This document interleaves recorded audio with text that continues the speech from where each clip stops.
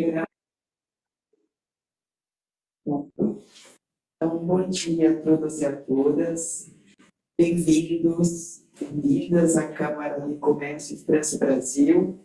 Eu sou a Corina Fontanera, diretora nacional da Câmara, diretora também do capítulo de São Paulo. E é um prazer abrir mais um evento de comissão, desta vez a Comissão de Comunicação e Marketing. O 7º evento do ano, eu fui fazer a conta. Vocês estão de parabéns pelo empenho, né? Vou dar as boas-vindas a quem nos assiste online. Temos algumas pessoas, bem-vindo pessoal, aqui minha cabeça está contada. E a quem está aqui conosco presencialmente, em particular, eu dou as boas-vindas aos nossos palestrantes, Laura Croef, é assim que fala, vice-presidente de Estratégia e Impacto na empresa de consultoria e tendências da Box 1824. E dou as boas-vindas a Alfredo Passos, partner da Ateliê Brasil Serviços e Soluções. Sua primeira vez na Câmara? Como palestrante, a primeira, agora como ex-grupo Saint-Gobain, algumas vezes. Legal. E bem-vindo também o Jean Sagar, nosso líder da comissão, que vai fazer a moderação deste evento. Bom, falando um pouquinho da Câmara, de forma bem sintética, a Câmara Francesa completa 125 anos esse ano. É um espaço de diálogo, de debate, geração de conhecimento, através das atividades das comissões em particular, para seus associados e também visitantes, que convidamos a se associar também. Nós reunimos mais de 500 associados, principalmente empresas francesas, claro, mas também empresas brasileiras, que prestam serviços para nossas empresas francesas. E são empresas de todos os portos, todos os setores. E temos presença em quase todo o Brasil não seria falar muito, mas temos 4 grandes capítulos regionais: São Paulo, Rio de Janeiro, Belo Horizonte e Curitiba. E temos nos expandido também para o Nordeste, onde abrimos nos últimos 2 anos 3 antenas para cobrir os estados do Nordeste. São antenas que nos representam institucionalmente em Fortaleza, Recife e Salvador. Bom, como Câmara, nosso papel, nossa missão é criar pontes entre nossos 2 países, França e Brasil, pontes econômicas, comerciais, mas também pontes culturais e principalmente humanas, eu diria, né? Aqui a gente conecta empresas, empreendedores de ambos os países, e a gente gosta de fazer isso presencialmente, por isso que a gente sempre incentiva nossos convidados a se deslocar na Câmara sempre que tem eventos presenciais. E criar ponte para reforçar os laços, a cooperação e fomentar os negócios, né? Principalmente o objetivo da maioria de vocês. Como esse evento de hoje trata de tecnologia e inteligência artificial, eu gostaria de aproveitar para dizer que a Câmara ela tem uma parceria muito forte com a French Tech de São Paulo, aqui no Brasil, que é um movimento global criado na França, né, pelo presidente Emmanuel Macron há 11 anos agora, que reúne as startups do mundo da tecnologia e da economia digital. E aqui no Brasil, a French Tech reúne cerca de 200 empresas, que sejam filiais de empresas francesas ou empresas de tecnologia fundadas por franceses residentes no Brasil. E daqui a uma semana, no dia 23 de outubro, na quinta-feira da semana que vem, a French Tech organiza a 3ª edição do seu French Tech Summit, que é um evento de um dia inteiro, que vai justamente fazer a ponte tecnológica, né, entre nossos 2 países. Eu convido vocês a se inscrever para participar. É só entrar no nosso site, na área de eventos, e vocês vão ter acesso à página de inscrição. Esse ano, a programação vai girar em torno de 3 grandes pilares, né? Inovação tecnológica, resiliência e pluralismo. E o evento contará com 5 painéis sobre EdTech, ou seja, empresa da tecnologia da educação e as skills do futuro. Segundo painel, revolução da Health Tech, área da saúde. Terceiro painel sobre inteligência artificial. Quarto painel sobre mulheres na tecnologia. E o quinto painel sobre soluções em biotech para a Amazônia sustentável, fazendo link com a conflito que está chegando. E teremos também pitch de startup, case de sucesso e de resiliência e rodadas de negócios em torno de vários temas. Então, participa, pessoal online também, entre no nosso site e se inscreve. O evento vai acontecer aqui em São Paulo, na Vila Madalena, no Learning Village, que fica na Rua Harmonia. E, dito isso, agora vou passar a palavra ao João, líder da nossa comissão, que vai fazer a introdução do debate de hoje e apresentar os palestrantes também em mais detalhes. João, a palavra é sua. Você tem... Não, vou dar o meu microfone para você. Obrigado, Paulinho. E mais uma vez aí, boas-vindas a quem está online, quem está aqui prestigiando a gente presencialmente, né? Sempre especial. A aula, aqui à minha direita, à esquerda, o Pedro Passos, a Fernanda também da Box 24, a Mota, vocês, o Jefferson, meu colega de Câmara aqui, todo o time da Câmara aqui que apoiou a organização. Mas para a gente começar rapidamente, acabei de ler aqui que mais de 50% dos brasileiros já fizeram uso de inteligência artificial. E brasileiro adora se perguntar, mas como que a gente deveria fazer? A gente começou a fazer transformação por alto nível, eu conversou com os palestrantes, vamos entender assim, como a inteligência tem que potencializar no trabalho humano, para pensar assim, em inteligência aumentada, mas que também faz muito uso das equipes, dos times, né? Não é uma substituição simples, mas enfim. E me lembrou muito a vantagem da gente ter alguns anos de estrada, né? Me lembrou muito a bolha da internet ali, quando em 99, 2000, você tinha que lançar um site e depois você descobria para quê, né? E tinha algumas empresas na tal de Amazon que perdia dinheiro todo ano e ninguém entendia porque ela parava de pé, né? Hoje a gente entende melhor. Mas, enfim, quando a gente tem uma época tão rica, uma novidade tão profunda que é normal você não entender exatamente o que está acontecendo, ter dúvidas de como seguir, como se inserir, seja na grande empresa, na pequena empresa, é sempre importante ouvir pessoas com conhecimento para tentar navegar melhor e aprender quais são os primeiros passos, né? Seja na vida pessoal ou na vida profissional, de como você se insere nessa nova onda. Então, para a gente começar e aproveitar ao máximo, vamos começar com a Laura, depois com o professor, e vamos ter também, antes de concluir um período para a gente conversar aqui, quem está aqui com a gente, mesmo online, a gente recebe perguntas. Então, vamos lá. Très bienvenue. Qual é seu? E uma ótima apresentação para vocês dois.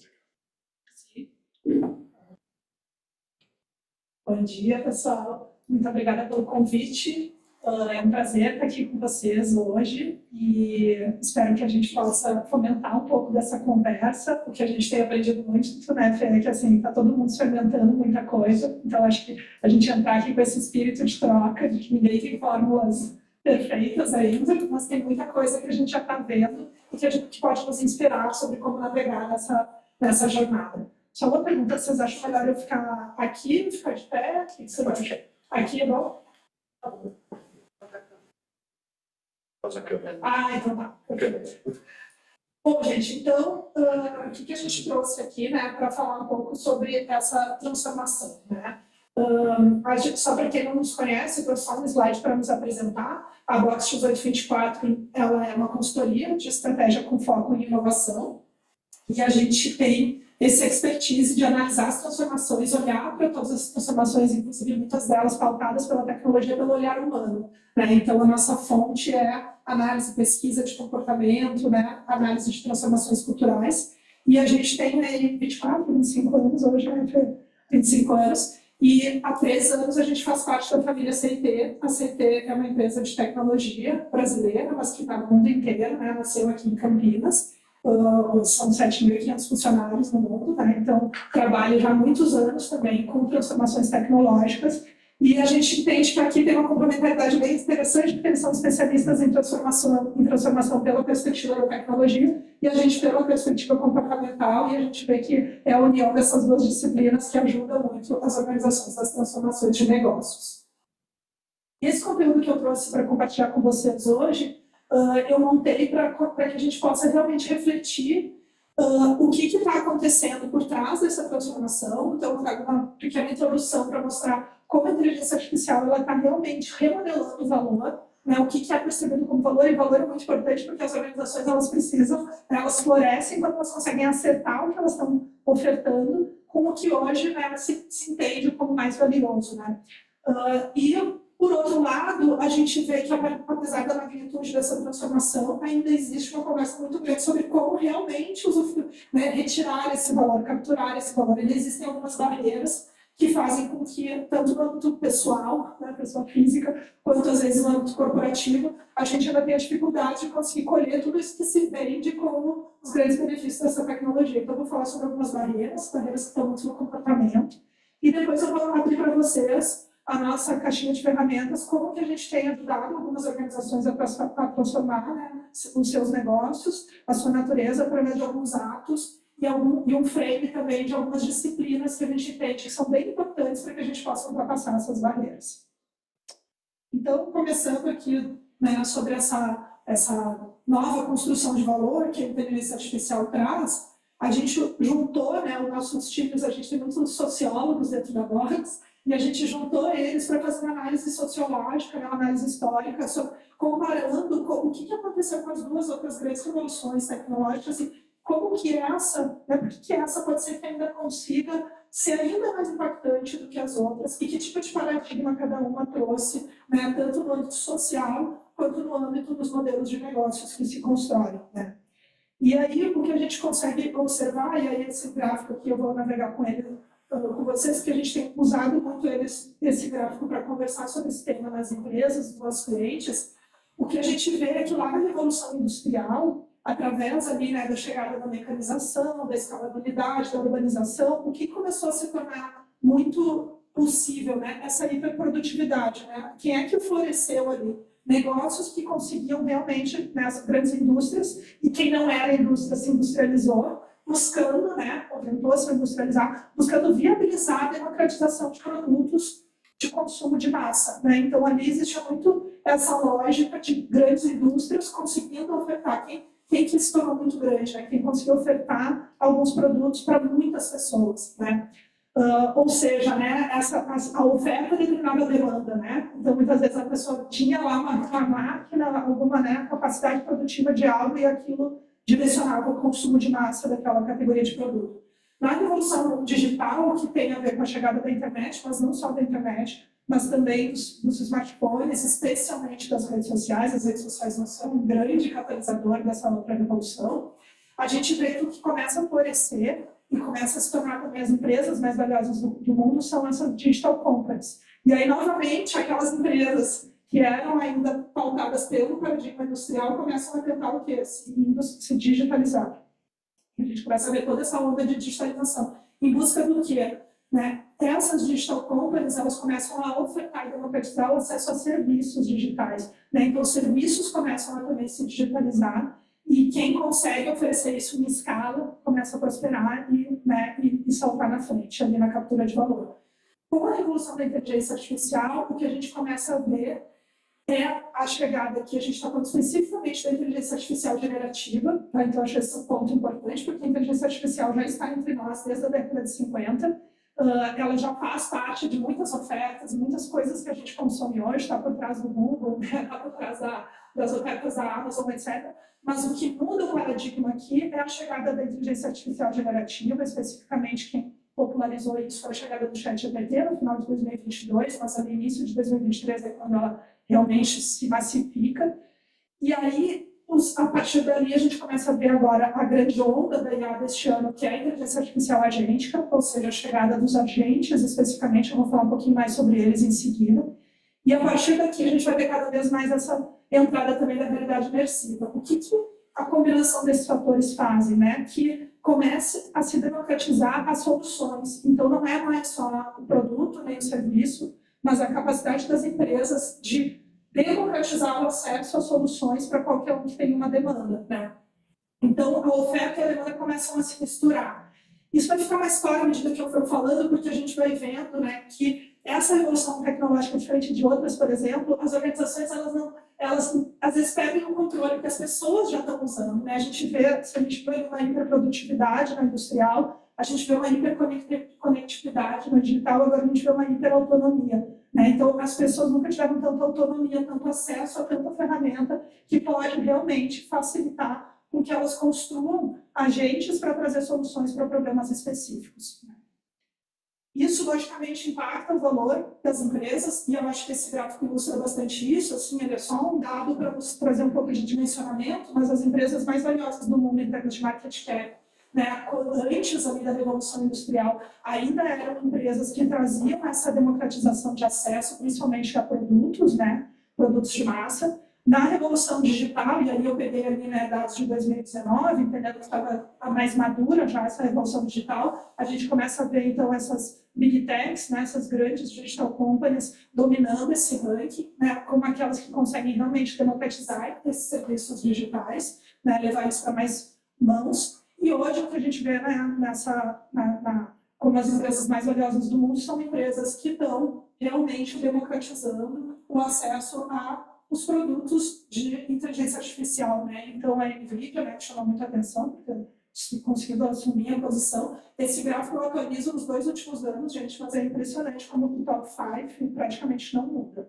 Tem uma empresa de petróleo do Oriente Médio que eventualmente entra aqui, mas fora isso, são essas empresas e a Meta que vem ali, né, logo em seguida. Então, o que elas têm em comum? São empresas que estão investindo muito em inteligência artificial, que tem os maiores cientistas de inteligência artificial, os maiores laboratórios, que tem a maior quantidade de GPUs, vão estar produzindo essas GPUs, como é o caso da NVIDIA, né? E aí a gente começa a ver que a gente começa a entrar nesse novo paradigma, né? Inclusive eu trago uma fala ali, né, do Diego Sou, que fala que absolutamente quem estiver abrindo uma empresa hoje deveria estar criando uma AI native company, né? Então, assim, é fato que a gente está nesse novo paradigma.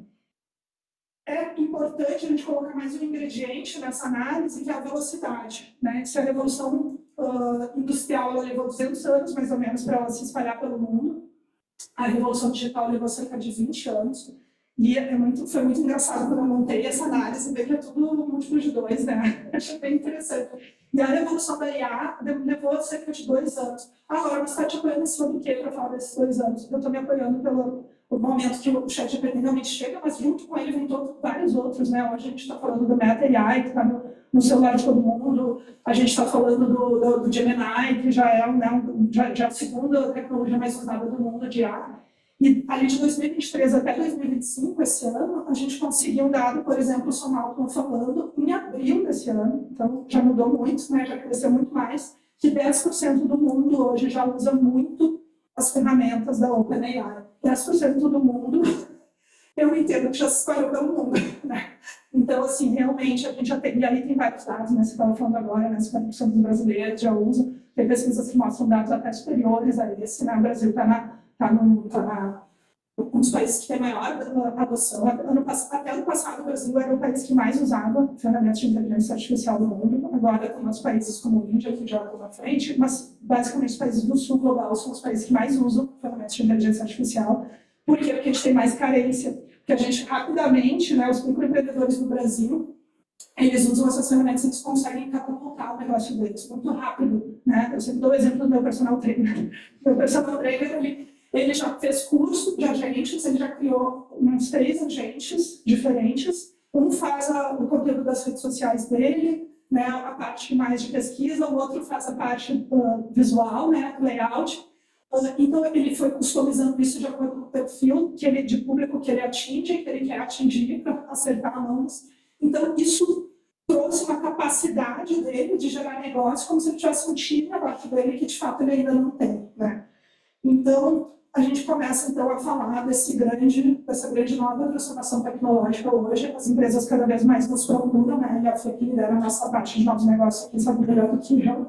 Né? Então, cada vez mais empresas vêm nos procurar para ajudar nessa chamada AI Transformation. Então, como eu faço para conseguir tirar resultado? Né? Mas, como eu comentei antes, tudo isso traz uma série de impactos no âmbito de comportamento, de cultura. E algumas barreiras aparecem e fazem com que essa transformação não aconteça de maneira homogênea em todas as organizações e em todas as pessoas. Talvez algumas das pessoas que estão aqui nessa sala ou que estão nos assistindo virtualmente estejam olhando para isso e pensando, o que a Laura está falando de a gente? O que é a gente, sabe? Ou está pensando assim, gente, que esse personal trainer dela é muito fora da curva, sabe? Não deve representar a realidade do Brasil, eu estou muito distante disso, eu mal abri, eu faço uso muito raro, assim, né? Só faço para, sei lá, para fazer uma pesquisa ou para fazer uma tradução. E, de fato, isso é verdade, a gente está vendo essa transformação acontecendo numa velocidade sem precedentes, mas não está todo mundo avançando na mesma velocidade. Né? E aí, aqui, a gente traz alguns dados que mostram que existem 3 grandes gaps humanos que ainda impedem essa transformação de uma maneira mais uniforme. E se a gente quiser olhar para a nossa transformação pessoal e também das nossas organizações, a gente precisa endereçá-los. O primeiro gap, infelizmente, é geracional.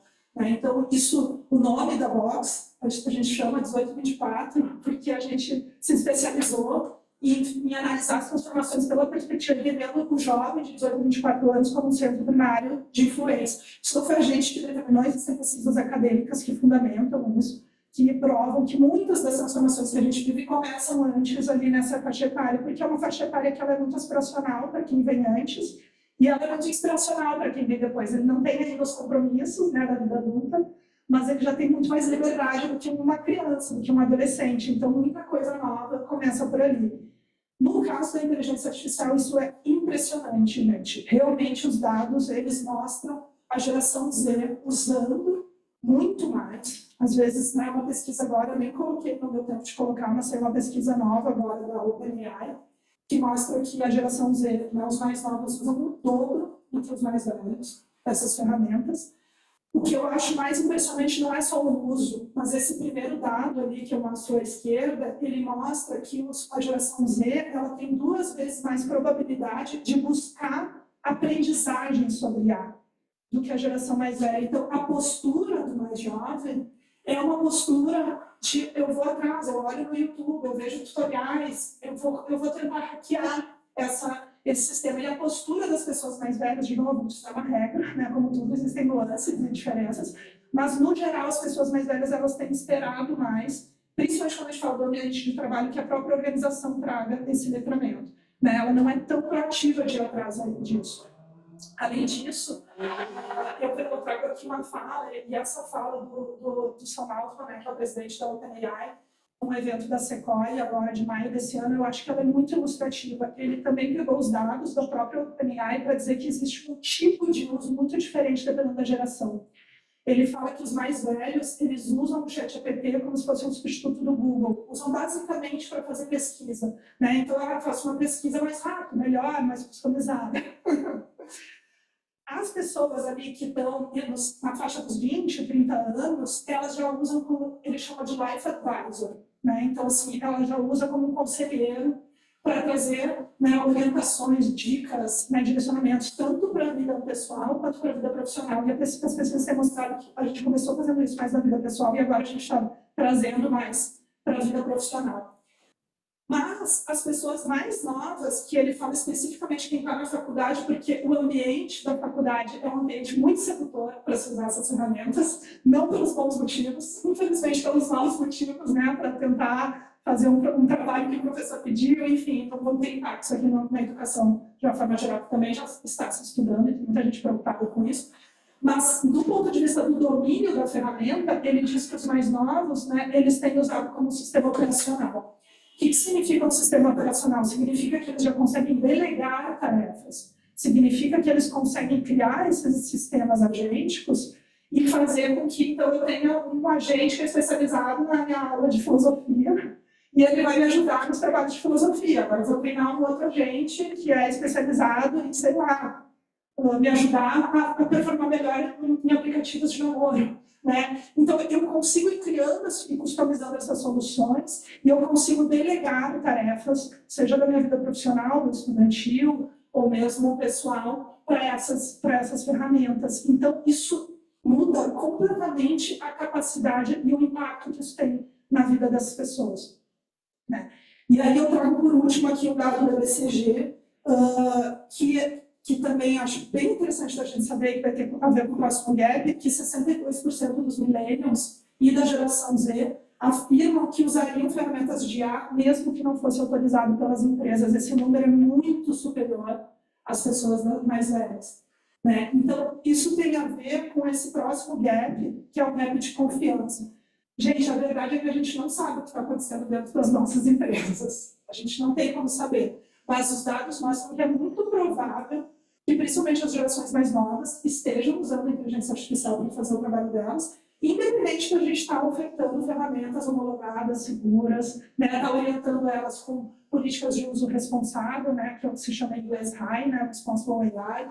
Né? Então, existem uma série de cuidados para a gente fazer essa transformação de forma segura e justa, inclusive, né, para que isso não traga vieses para o trabalho, para que isso não traga uma série de riscos de segurança para o negócio, riscos jurídicos, né, fui advogada. Então, assim, existem vários outros riscos, mas na prática, o que está acontecendo? Os colaboradores, em várias, eu trouxe aqui uma chuva de pesquisas para vocês, mas resumindo, os líderes, eles acham que os seus funcionários estão usando menos, eles acham que os funcionários sabem usar menos do que os próprios funcionários acham que sabem usar. E mais importante do que tudo, os líderes acham que os funcionários têm menos medo de perderem o emprego por causa da IA do que eles de fato têm medo de perder. E o fato do funcionário estar com medo de ser substituído também alavanca, segundo o dado ali, que é ele não falar que ele está usando. Ele acha melhor ele não falar que ele está usando a ferramenta, porque ele acha que se meu chefe descobrir que eu estou usando a ferramenta, das duas uma, ou ele vai achar que ele pode me passar mais trabalho, que tem a ver com o terceiro gráfico ali de uma pesquisa do Slack, ou ele pode achar que eu estou sendo preguiçosa e que eu não estou fazendo o trabalho tão bem quanto eu deveria, porque na cabeça dele usar IA é roubar o jogo e é fazer um trabalho pior. Né? Pode até ser, dependendo do uso que você fizer, mas pode ser fazer um trabalho muito melhor. Depende do uso que você está fazendo. E a pesquisa do Slack deixa claro esse conflito de interesse, gente, porque eu quero deixar claro aqui que esse gap de confiança tem a ver com conflito de interesse. O motivo que o funcionário acha, e eles colocam ali na pesquisa do Slack, o que vocês acham que está na cabeça de um funcionário hoje que acha que o chefe dele está falando que não tem que usar IA para a empresa conseguir aumentar? Por que vocês acham que ele acha que o chefe quer que ele use? Para quê? Substituir e aumentar a produtividade. Geralmente, ainda não substituir, não aparece tanto, mas aumentar a produtividade. O que significa aumentar a produtividade na cabeça do funcionário? Trabalhar mais. Para fazer mais o quê? Mais dinheiro e mais do mesmo. Né? Então, se eu faço 10 apresentações como essa por semana, na cabeça do funcionário, ele vai dizer assim, agora com IA a Laura consegue fazer 20. Se eu falar para minha chefe que eu estou usando IA, ela vai simplesmente me dizer para fazer 20, eu vou ganhar R$1 ou mais. Eu vou continuar trabalhando 8 horas por dia. E eu vou ter a responsabilidade de 20 apresentações, não de 10. Porque a responsabilidade é minha, não é da ferramenta de IA. Então, se a gente chegar aqui e falar uma besteira, trouxer um dado errado, isso recai sobre mim. Qual é o interesse que eu tenho? Qual é o sentido que eu tenho de fazer isso? O que vocês acham que a pesquisa do Slack mostra para pequenininho, então eu posso brincar aqui com vocês, que os funcionários gostariam que a IA possibilitasse de mudança na vida deles? Menos trabalho. Motivo número 1, gostaria de ter mais tempo para a vida pessoal. Gostaria de sair do paradigma. O paradigma de 8x5 é o paradigma da Revolução Industrial. Já na Revolução Digital, se falou que a gente ia conseguir aumentar a produtividade e trabalhar menos. O que aconteceu? O contrário. Então, aqui, novamente, o funcionário pensa assim, mas eu gostaria mesmo, era de repente trabalhar um pouco menos. E se eu não contar para o meu chefe, talvez eu não consiga fazer isso. Talvez eu consiga fazer as 10 apresentações semanais em menos horas e talvez eu consiga passear com meu filho, com meu cachorro, com seja lá que for fazer mais aula de ginástica ali na natureza. Né? Então, gente, se a gente não pensar esse conflito de interesse, é muito diferente, é muito difícil a gente conseguir avançar também nessa jornada. E por último, eu trago esse terceiro gap, que é o gap de conhecimento. Eu deixei ele por último porque esse é o gap que mais tem sido falado. Ele é bastante óbvio. Nas pesquisas do Fórum Econômico Mundial, das grandes, né, das Big Five, né, consultorias, né, de negócio, sempre aparece a falta de conhecimento como a grande barreira de adoção. Né? Então, isso realmente, sem dúvida nenhuma, é uma grande barreira de adoção, mas a gente não pode deixar de entender que esse conhecimento está se distribuindo de forma diferente em diferentes gerações, e que esse conhecimento ele não funciona se eu não der um incentivo, se eu não pensar em maneiras de trazer um funcionário para ele ganhar junto, né, com essa evolução. Não só eu como líder do negócio, mas pensar em maneiras onde ele também se beneficie. Né? E eu vou falar um pouquinho sobre como a gente tem trabalhado isso com os nossos clientes. Então, esse gap de conhecimento aparece em todas as pesquisas, né, que a McKinsey traz um dado, né, que 48% dos funcionários apontam o treinamento como o fator mais importante para a adoção de GenAI, mas que só a metade acredita que está recebendo o treinamento suficiente. É muito parecido com o dado aqui do BCG e de outras organizações. Então, tem um gap de treinamento muito grande. Como consequência, né, infelizmente, a gente vê dados ali que mostram que 70% das iniciativas de inteligência artificial falham, não por questões técnicas, mas por resistência cultural, falta de engajamento dos colaboradores. Né? Então, aqui a gente traz um pouco de como a gente tem endereçado esses desafios com os nossos clientes e pensado em maneiras da gente fazer uma transformação que seja mais responsável, que seja mais justa, né, e que traga as pessoas para essa conversa de uma forma mais equilibrada. Né? E aí a gente precisa entender, e aí essa última parte, né, do conteúdo que eu vou compartilhar com vocês, como é que essa transformação se dá em etapas. Né? Então, tanto o time da Box quanto o time da CIT chegou nessa análise de essa transformação em 3 grandes atos. Existem outras empresas que também têm analisado a transformação em atos, e não é muito diferente aqui dessa análise, tá? Onde o primeiro ato, que geralmente envolve tanto essa transformação no âmbito pessoal quanto no âmbito corporativo, envolve muita experimentação, né, e muitos casos de uso descentralizados e não governados. Então, assim, basicamente, eu começo a vou testar para traduzir, vou testar para fazer uma pesquisa, vou fazer um experimento aqui, ver se ele me ajuda a fazer uma apresentação mais bonita. Né? E a gente vai fazendo esses experimentos de uma forma desorganizada. A gente, eu gosto de chamar a atenção para a última linha, onde a gente fala do impacto disso nas pessoas. As pessoas, nesse momento, ainda são usuários de ferramentas de IA. A gente está usando a IA para substituir, a gente falou um pouco ali, né? Em vez de usar o Google Translator, eu estou usando o ChatGPT ou a Gemini para me ajudar na tradução. Né? Em vez de usar o Word para fazer um texto, daqui a pouco eu estou fazendo esse texto, aí conversando, né, com uma dessas ferramentas. O ato 2, gente, é o lado onde a gente começa a falar da IA agêntica. Né? E aí eu vou explicar um pouco melhor, para quem ainda não está tão familiarizado. Aqui são os agentes, ela realmente é um divisor de águas. Né? Então, a IA agêtica, um agente de IA, o que ele é? É quando a gente começa a conseguir ter algum grau de autonomia. Eu consigo delegar uma tarefa. Em vez de fazer só um pedido, né, num prompt, eu consigo realmente ter alguém ali que eu treinei e desenvolvi para executar uma parte do meu trabalho. Né? Então, vou dar alguns exemplos aqui. Se alguém já usou, por exemplo, o Deep Research, né, que tem na maior parte dessas ferramentas, o próprio Google oferece uma versão de graça, para o meu trabalho na Boss, isso é um divisor de águas, porque ele vai fazer, eu posso fazer um prompt dizendo quais são as grandes tendências de IA no mundo.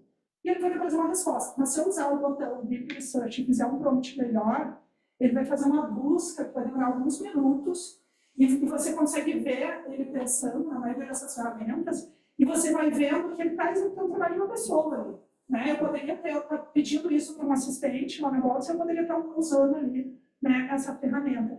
Então, existem várias soluções como essa, né? Um agente de atendimento de saque, né, que uma dessas grandes empresas aí, como Zendesk, enfim, todas essas... O que ele faz? Ele consegue executar uma parte do atendimento, né? E, geralmente, o que elas têm combinado é esses agentes com força de trabalho humana, né? Então, assim, ele executa, ele consegue fazer mais rápido a solução de alguns problemas mais fáceis, mas ele passa, né, a supervisão de trabalhos mais difíceis para um atendimento humano. Então, aqui, a IA já não é mais uma ferramenta, aqui ela começa a se tornar um colega de trabalho.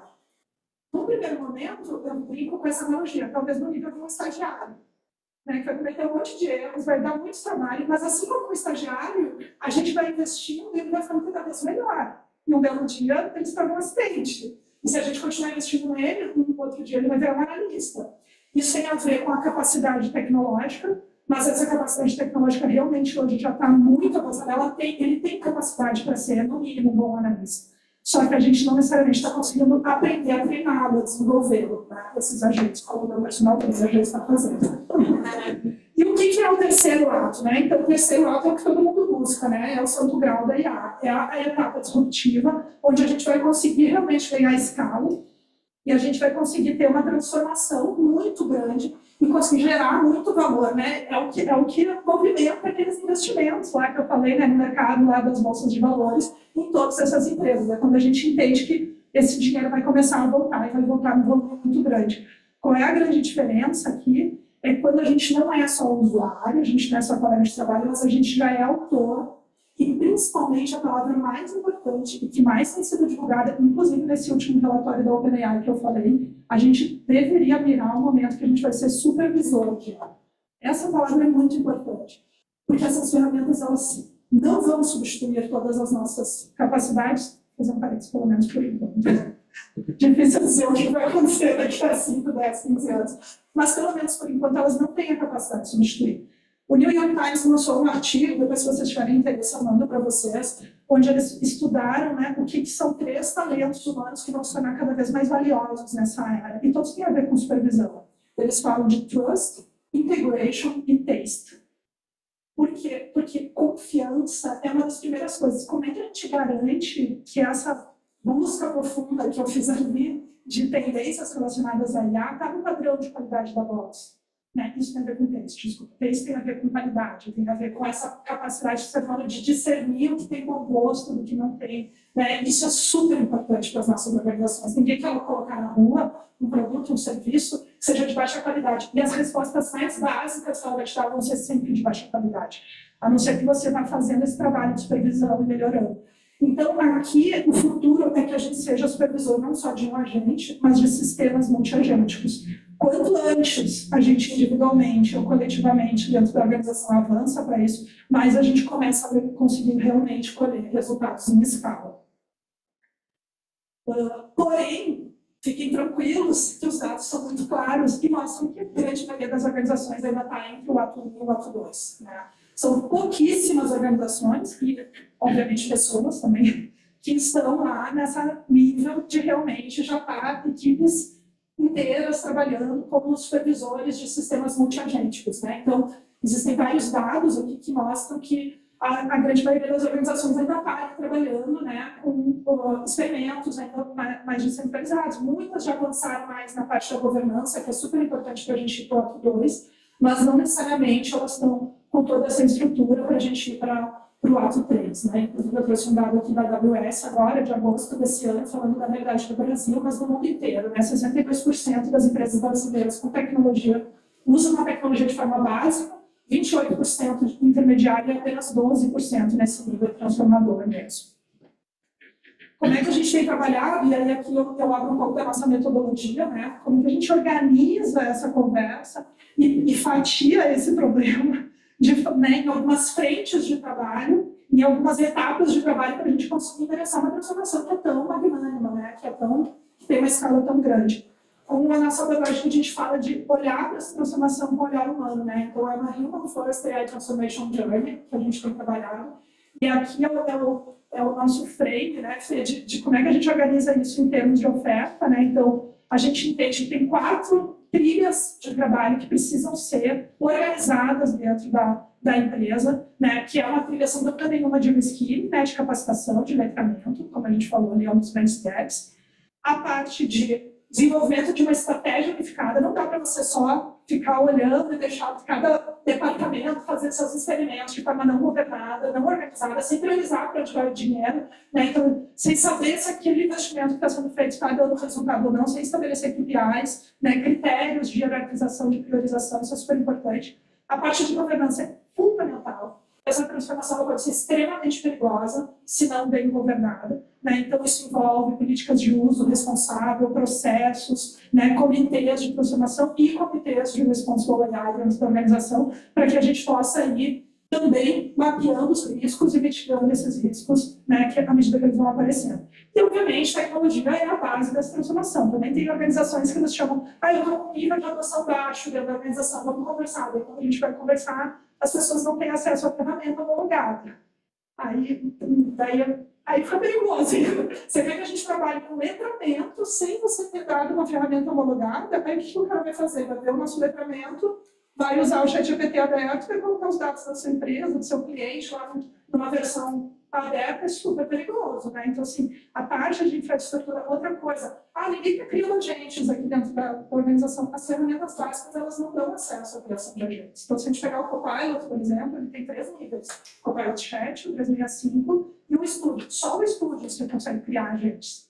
Então, mas você não precisa trabalhar com toda a organização criando agentes. E aí vem o que a gente trabalha muito, que é essa vertical aqui, que a gente chama de AI Beta Activation. É super importante entender que essa transformação, como qualquer outra transformação, ela vai ter seus early adopters, seus fast e seus late adopters. Na Box, a gente trabalha com isso na perspectiva, né, de rede de influências. A gente cunhou essa metodologia, né, de dividir qualquer assunto entre alfas, betas e mainstream. Isso já, lá em 2006, a gente já foi premiado no Mesonar, né, que é o maior evento de pesquisa que acontece no mundo. E a gente só está trazendo essa mesma metodologia que a gente usou para pesquisar e trabalhar, né, mudanças comportamentais em qualquer assunto para o mundo da IA, porque existem alfas, betas e mainstream em qualquer assunto, né? Por isso que eu botei ali algumas imagenzinhas. Vamos pegar o tema da corrida, né? Existem os alfas, que são os caras que correm, fazem um longão no sábado de manhã, correm não sei quantas vezes, organizam corridas, eles realmente movimentam esse mundo da corrida que hoje é gigante. Vão ter os betas que vão usar as linhas azuis para flertar lá nas corridas, que vão de vez em quando, que vão postar um monte de foto no Instagram, né, mas como for, bem controlado ali, para se exibir. Né? A gente sempre fala que os betas são exibidos, né? Eles são os primeiros a adotar e eles se alavancam socialmente em cima desse conhecimento do nosso mundo específico. E vai ter o mainstream, né, que vai adotar por último. Quando a gente olha para a IA, quem são os alfas em IA? São as pessoas que vão criar esses agentes, não é todo mundo, pelo menos não no curto prazo, né? Então, é a mesma coisa que com qualquer transformação, sei lá, do mundo da moda, né? Então, assim, a gente tem todas as ondas no ciclo da moda. Quem começa a usar lá uma tendência, e daqui a pouco vai ter uma vez que aquela tendência vai para o mainstream, certo? Então, pode ser que a gente tenha esse momento que está todo mundo criando agentes. Mas, no primeiro momento, o que a organização precisa fazer? Achar as pessoas dentro da organização que são alfas, porque toda organização tem alfas. A não ser que seja uma organização muito específica, muito pequena, né? Porque a gente não se preparou assim. Geralmente você vai ter alguém lá que já é mais tech-savvy, né? Que já tem essa conexão com o assunto, que já achem essas pessoas, premiem essas pessoas, tragam incentivos para essas pessoas. É isso que a Microsoft fala aqui nas 5 chaves, né, para a transformação de A. A terceira, eles falam, identifique os seus superusuários para torná-los os seus champions, né? Então, assim, você precisa organizar aquilo que a gente faz dentro das organizações, é isso, a gente traz os critérios para identificar os alfas, os critérios para identificar os betas, a gente vai junto com o time de RH e com os líderes de cada departamento, vai achando essas pessoas, cria um grupo de embaixadores de IA, e isso muda o jogo, gente. Que aí você começa a dar as ferramentas para essas pessoas, as ferramentas certas para os alfas, as ferramentas certas para os betas, e eles vão começar a disseminar o uso, né, que na verdade eles já estavam disseminando, só que não necessariamente do jeito correto. A gente trabalha muito com o Responsible AI, com essa equipe, trazendo luz para quais são os desafios, quais são os riscos, explicando que existe sim viés, que se você usar essa ferramenta sem essas análises críticas, ela pode trazer alguns impactos negativos para o seu trabalho, para a organização. E também a gente vai trabalhando o letramento em cima do próprio uso das ferramentas, né? Então, gente, aqui a gente explica, né, como é que geralmente a gente trabalha isso, né? Então, a gente faz um primeiro assessment para entender qual é o nível de adoção que existe dentro da organização, que é o que a gente chama de AI Adoption Tracking. A ideia é que você consiga fazer esse tracking em ondas, né, às vezes de 6 em 6 meses, às vezes de ano em ano, para você medir se esse nível de adoção está aumentando ou está diminuindo, a quantidade de alfas está aumentando ou diminuindo, de betas, né, qual é a qualidade do uso que está sendo feito, qual é o sentimento das pessoas. As pessoas estão com medo dentro da sua organização, elas estão com medo de serem substituídas, elas estão te falando qual ferramenta elas estão usando. Né? Então, começa com esse primeiro momento, a customização, então, dessas sessões de reskilling a partir do diagnóstico, né? Então, você não vai dar um letramento genérico, porque, como a gente viu lá atrás, tem gente que já está fazendo a gente. E vai ter outras pessoas que não estão, né, nem sabendo abrir, ou cadê o link do ChatGPT? O que é esse Gemini que essa Laura falou ali? Onde é que eu acho que ele está dando a mesma ferramenta dando a entrada do Google ou tem uma aba diferente? Né? Então, você tem que identificar isso e tratar essas demandas diferentes e trabalhar muito com o Responsible AI aqui nesse reskilling. E depois fazer também esse trabalho de mapeamento das oportunidades e dos casos de uso da organização e organizar tudo isso no roadmap, priorizando e conectando isso com o budget. Né? Então, a gente viu que as organizações ainda estão muito preocupadas, né? Como é que eu faço a análise de investimento disso, como é que eu meço, como é que eu vou mensurando o resultado, a gente estabelece KPIs, né? Estabelece os MVPs, de onde começar com cada um desses casos de uso. Né? E aí, finalmente, a gente trabalha com esses grupos, né, de embaixadores que a gente chama de AI Beta Activation. Né? Dependendo da organização, a gente faz também os alfas, né, para já trabalhar essa transformação numa outra escala. Gente, eu estou terminando aqui a minha fala, falando que tem se falado muito, né, de AI First Companies. A gente provoca um pouco isso. Se a gente vem com essa mentalidade de AI First Companies, então a IA está realmente assumindo a liderança aqui, a direção do nosso negócio. A gente acha que o mais interessante é falar de AI Human First. Né? Então, como é que a gente realmente coloca o ser humano no centro dessa transformação, trabalha de forma responsável, a capacitação, o letramento das nossas equipes, né? Para que a gente consiga navegar nessa transformação juntos, né? De uma forma justa, de uma forma equilibrada, mitigando os riscos e executando esse papel de supervisão, que é tão importante que a gente execute para que a gente mantenha, inclusive, impactos negativos aqui na performance das nossas empresas, né? Com outputs de baixa qualidade. Se vocês quiserem, tem boa parte desse conteúdo está acessível aqui no homepage, né? Nesse QR Code, também para quem estiver online. Fique à vontade e a gente está super aberto para conversar mais e trocar mais ideias. Mas, antes disso, vamos ouvir o professor. Tem muitas coisas muito mais legais para compartilhar sobre esse tema. Muito obrigada.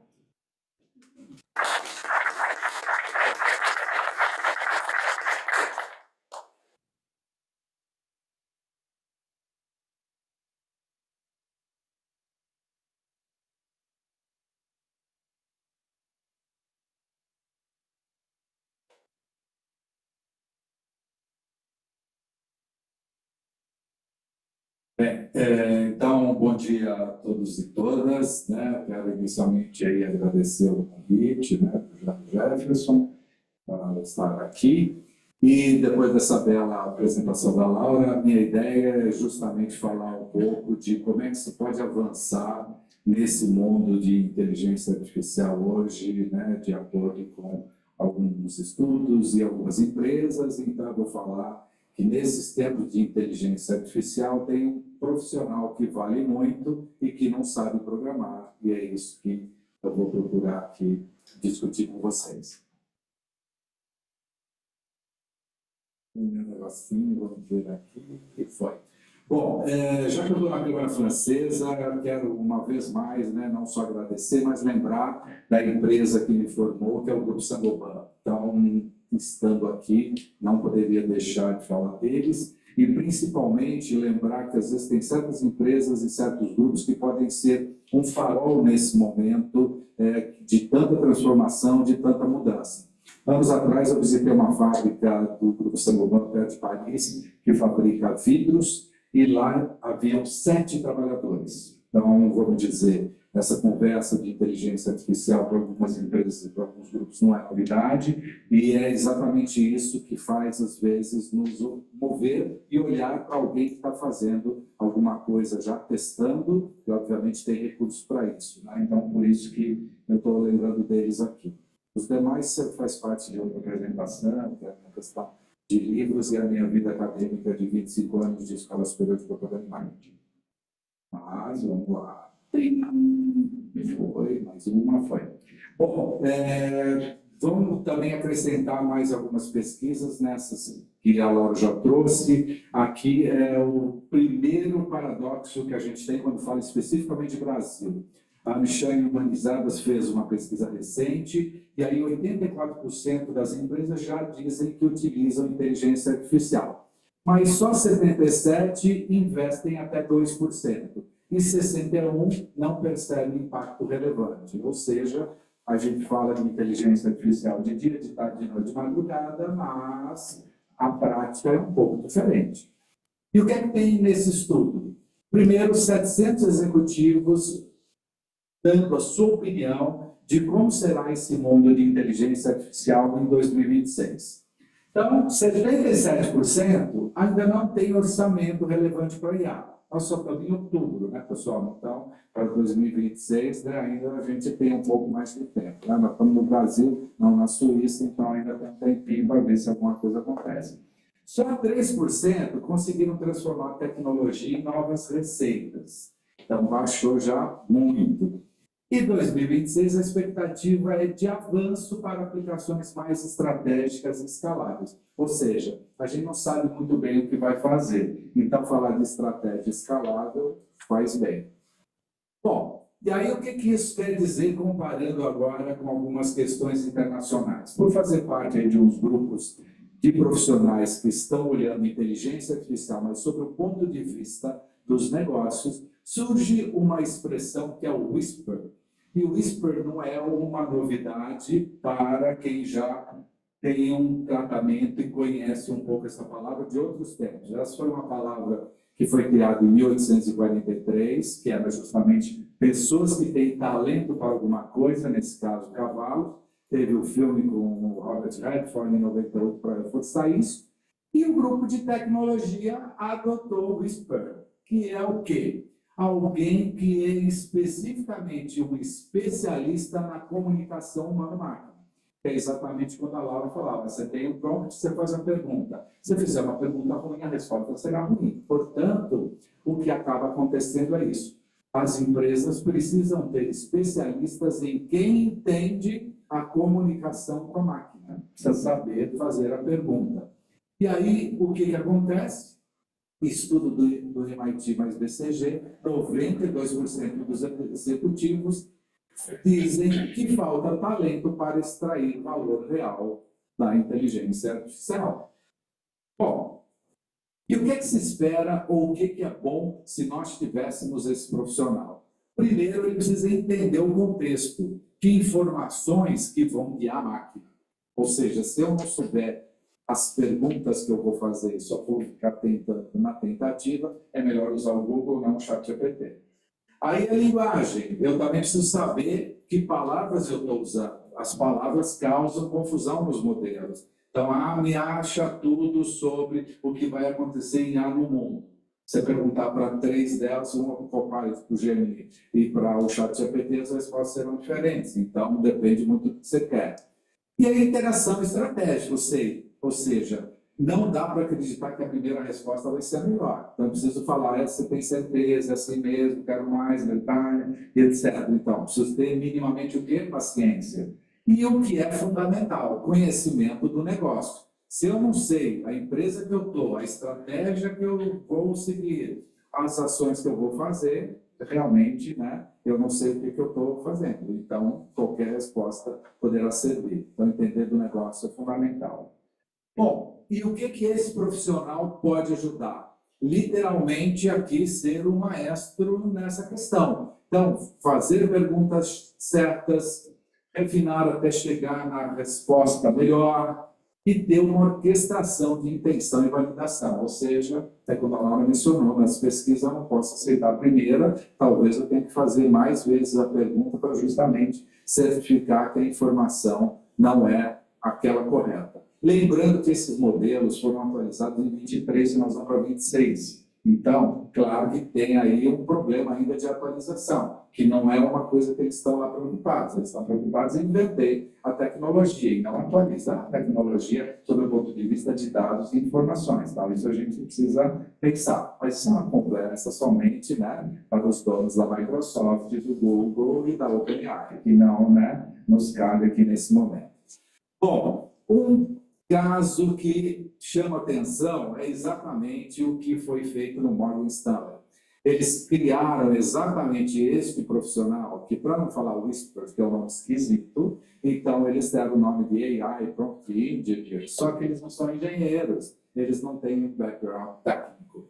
E aí o resultado foi os consultores financeiros reduziram 12 horas por semana em pesquisa de documentos, aumentando o tempo com os clientes em 40%. Então, ou seja, isso é uma utilização desse profissional e da importância desse profissional na prática. E aí, o que acaba sendo a grande barreira, né, que a gente fala e a gente aí começa a ver as bolhas. Então, uma coisa é quando a gente fala nas grandes corporações, e a outra coisa é quando a gente vai para outros níveis fortes de empresas e segmentos.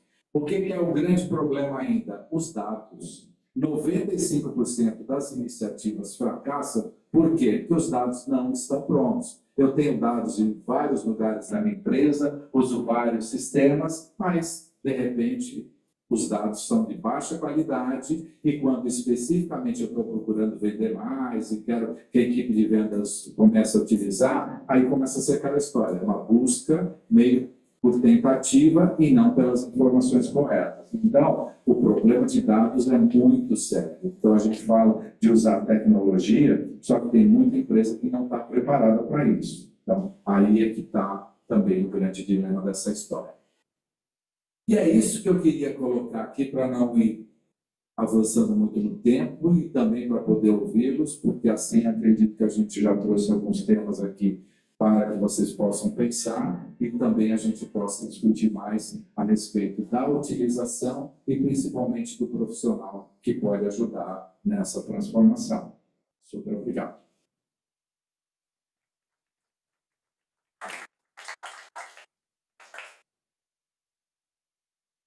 Pessoal, primeiro agradecendo aqui a Laura e o Alfredo, né, pela essa explanação inspiradora. Vou puxar uma pergunta aqui para os dois, depois abrir para todos vocês e lembrar quem está também em casa, no trabalho, pode fazer perguntas ali pelo chat que a gente vai trazer aqui para a nossa plenária, né? Mas pensando que a gente pode ter um público diverso aqui, de grandes empresas e pequenas médias empresas e as capacidades que você são diferentes. Então, primeiro começar aqui com a Laura. Como ela disse o frame que, primeiro fazer um acesso, né, talvez um skilling, passar por estratégia, para ver se realmente onde eu quero chegar, né, e ponto que eu estou, eu quero chegar em 1 ano, 2 anos, 3 anos. Você consegue pensar por as diferenças de uma grande e uma pequena média empresa, né, para seguir um processo que seja menos experimental, de certa forma caótico, uma coisa um pouco mais direcionada. Vocês conseguem ajudar a pensar? Sim, acho que sim. O que eu acho que dá para fazer aquelas etapas, mesmo numa organização muito pequena, ou mesmo numa empresa de uma pessoa só, como é o meu personal trainer, tá? Então, assim, se a gente pegar o primeiro ponto ali do acesso, o que significa aquilo? Se você tiver mais do que uma pessoa, entender de fato, no primeiro momento, qual é o ponto de partida, como é que de fato as pessoas estão se sentindo em relação a isso, o que elas já estão vendo, para a gente não ficar, como qualquer assunto, qualquer estratégia, se a gente vem de cima para baixo, desconectado do nosso público-alvo, tentando criar um mapeamento de oportunidades, a tendência é que a gente não capture as oportunidades mais interessantes. Então, conversar com as pessoas dos diferentes departamentos, entender, isso é fundamental, porque quando a gente fala de IA agêntica, acho que uma coisa que é interessante ficar claro, a transformação vem das pessoas, bem como o professor colocou aqui, é isso, não é a pessoa técnica. Essa revolução tecnológica não é um time de tecnologia. O time de tecnologia tem que fazer um bom trabalho de dados, para organizar os dados, deixar os dados disponíveis dentro da organização. Ele tem que garantir, né, que existam essas ferramentas disponíveis para as pessoas. Mas quem vai criar os agentes, o melhor agente do departamento jurídico vai ser criado por alguém do departamento jurídico. né? O melhor agente do departamento de marketing vai ser criado por alguém do departamento de marketing. Então, aquela parte do assessment tem a ver um pouco com isso, com entender como é que está a transformação, como é que estão, onde que estão nesse assessment alguns desses whispers ou alfas ou betas, enfim, quem são essas pessoas que já estão passando na frente, identificar elas, trazer elas, porque elas às vezes estão na nossa frente, muitas vezes, né, na primeira pessoa aqui dentro da box, né, a gente tem pessoas, né, que estão realmente já deslanchando lá na frente. Quando a gente olha para o skilling, né, inexoravelmente você vai precisar de treinamento, mas o treinamento está muito acessível, por isso que os jovens estão indo atrás, porque a gente tem feito com algumas organizações menores, né, por exemplo, tem um cliente nosso que tem 100 pessoas, 100 funcionários. E a gente fez esse trabalho de mapeamento dessas pessoas, o grupo, a gente conversando com a liderança de RH, a gente falou assim, vamos ficar em 6, 8 pessoas, que eu acho que é um ótimo grupo, sabe? O primeiro grupo para a gente começar com esses embaixadores, né? Quando a gente foi olhar para o letramento, a gente já chegou para eles e fez uma curadoria de cursos que a Microsoft já tem disponíveis, vários cursos, né, para eles aprenderem tanto sobre a parte de Responsible AI quanto o uso prático das ferramentas, né? No caso dessa organização, eles têm Copilot, né? Então, assim, a própria Microsoft tem total interesse, né, que os clientes dela consigam extrair valor disso. Então, o letramento não precisa ser uma coisa cara, complexa, né, gigantesca. Às vezes é ter acesso a essas ferramentas. Ali a gente fez também nesse cliente de 100 pessoas, a gente fez um trabalho de pílulas de conteúdo que a gente foi trazendo, além de algumas masterclasses para promover a discussão, né. A parte da estratégia, o que é a parte da estratégia? É fazer algumas work sessions, né, uma jornada de trabalho, de workshops, com pessoas de diferentes departamentos da organização, exatamente isso que a gente fez nessa organização, então tinha gente do jurídico, do RH, né, de todos os departamentos da organização, e a gente sentou e trouxe, né, já vários exemplos de caso de uso, trouxe vários exemplos de riscos, e a gente sentou juntos para mapear outras oportunidades, ranquear essas oportunidades e construir juntos esse plano de trabalho, que, como o professor bem falou, não precisa ter embasamento técnico para se fazer. Você assim, cara, eu acho que realmente o que vai nos ajudar mais nos objetivos de negócio que a gente tem aqui, talvez sejam esses 3 casos, esse do RH, esse do jurídico e esse da equipe de vendas. Vamos focar primeiro nesses. Por onde a gente pode começar eles? Então vamos definir um MVP. Como que a gente vai medir se a gente está conseguindo ter sucesso? Vamos definir os KPIs. E a parte da tecnologia, claro, isso tem que ser feito, como no caso dessa empresa, com o time de tecnologia, que deles, no caso deles é bem pequeno, mas que trouxe também um trabalho muito bonito de ver assim, o que nesses casos de uso que foram mapeados já dá para fazer com o próprio Copilot, e a gente nem sabia. Então, vários casos de uso não precisa desenvolver, né, uma ferramenta nova. E um ou outro talvez seja interessante a gente fazer, né, que é aquela ideia do build, né? Então, assim, o que a gente vai realmente construir aqui de soluções novas e vale a pena a gente investir em que outras soluções a gente precisa aprender a usar com uma ferramenta mais comum, como a Copilot.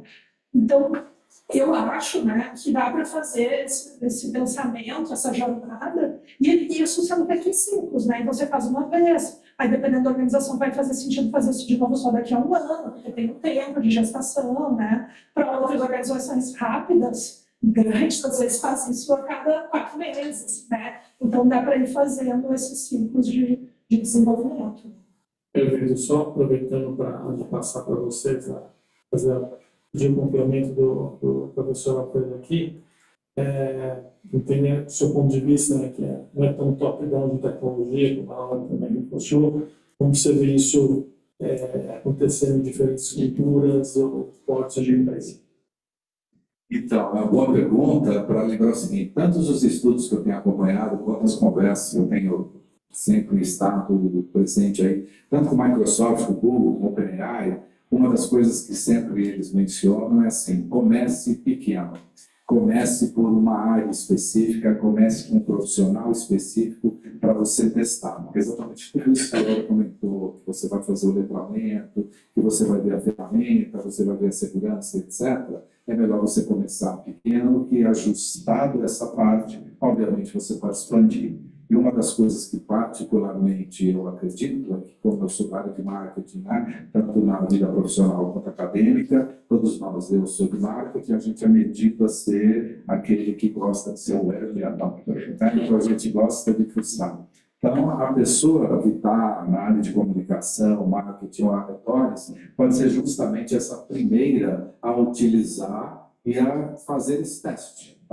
Se esse teste funcionar, aí você pode especificamente expandir. E você pode ter esse profissional dentro da sua empresa ou hoje o que é comum fora. Você pode ter, né, o famoso diretor de marketing SRS, né, que você pode justamente também aproveitar e ajudar nesse tipo de implantação. Né? Então, começar pequeno é o segredo. Legal, já tinha uma mão levantada ali. Vamos começar a voltar aqui, fique à vontade para perguntar. Tá? Obrigada. Bom dia, gente. Meu nome é Fernanda, eu sou da Cogás, eu sou PMO de RH por lá e eu estou justamente com visão de RH para ajudar a implementar a cultura data-driven. A minha pergunta, eu não me esqueci, para a Laura, e para você também pode complementar, com relação aos KPIs que você comentou, que depois das implantações a gente, para medir sucesso, tem que colocar KPI. Tem algum exemplo que você pode abrir de KPI, sei lá, está linkado a meta, a saving, a faturamento? É uma pergunta. E a outra pergunta é que tipo de ação que a gente pode implementar depois do boom? Porque também tem essa, né? Começa, tudo é lindo, é maravilhoso, dá, sei lá, 3, 6 meses, a galera já lembra dos antigos hábitos e não quer saber mais de usar. Então, se você tem algum exemplo de cliente, o que vocês colocaram para que a cultura permanecesse? Obrigada. Legal. Eu acho que os KPIs, acho que a primeira resposta é não cair na armadilha de achar que o KPI deveria ser só financeiro, né? Porque, assim, como a sede das organizações está lá no ato 3, você tem uma jornada para chegar lá. E, de fato, tem sido muito raro ainda, né, as organizações, ou pelo menos os casos de uso que já estão conseguindo extrair valor, né? Então, tem algumas que estão realmente bem na frente, mas quando a gente fala dessa transformação nas organizações como um todo, existe uma necessidade de paciência. E aí, reforço o que o professor Alfredo falou, da necessidade de começar pequeno, porque se você começa pequeno, como qualquer inovação, né, e isso não é diferente de outras inovações que não tem nada a ver com IA, você começando com um MVP e estabelecendo bem o seu KPI, você só vai começar a voltar aquilo quando você começar a colher algum resultado positivo, senão você vai manter pequeno, que é para justamente não colocar dinheiro no lixo.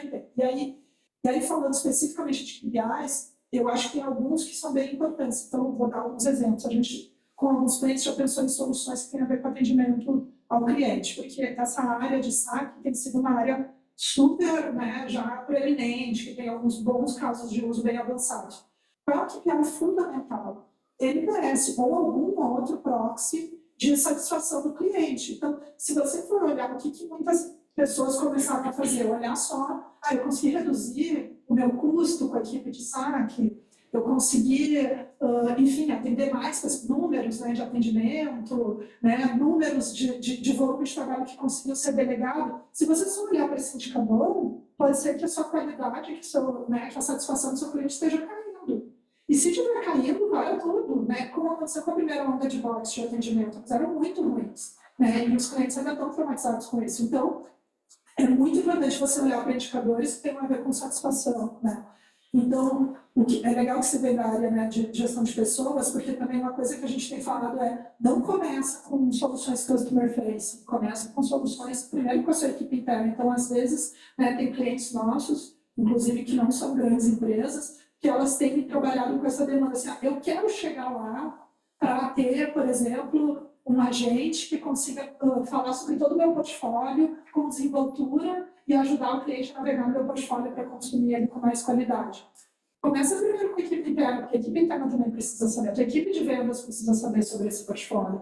E começa fazendo MVP com essa equipe e começa a colher dados para ver se a equipe está, de fato, conseguindo, acessando através do teu portfólio através da gente, conseguir respostas maiores, mais rápidas, está ficando satisfeita com essa interação, está impactando, né, na capacidade dela, né, no trabalho dela. Então, eu acho, eu não sei se eu te trouxe exemplos suficientes, posso trazer outros, mas assim, sempre equilibrar KPIs que olhem, sim, claro que você quer olhar lá para o resultado financeiro, e é super importante desde o início já ter esse dado mapeado, assim, de fato a gente conseguiu aumentar, né, o volume aqui de vendas em função desse agente de portfólio, mas também olhe para esses indicadores que vão trazer esse mapeamento da qualidade do que você está sendo ofertando para que você não prejudique isso.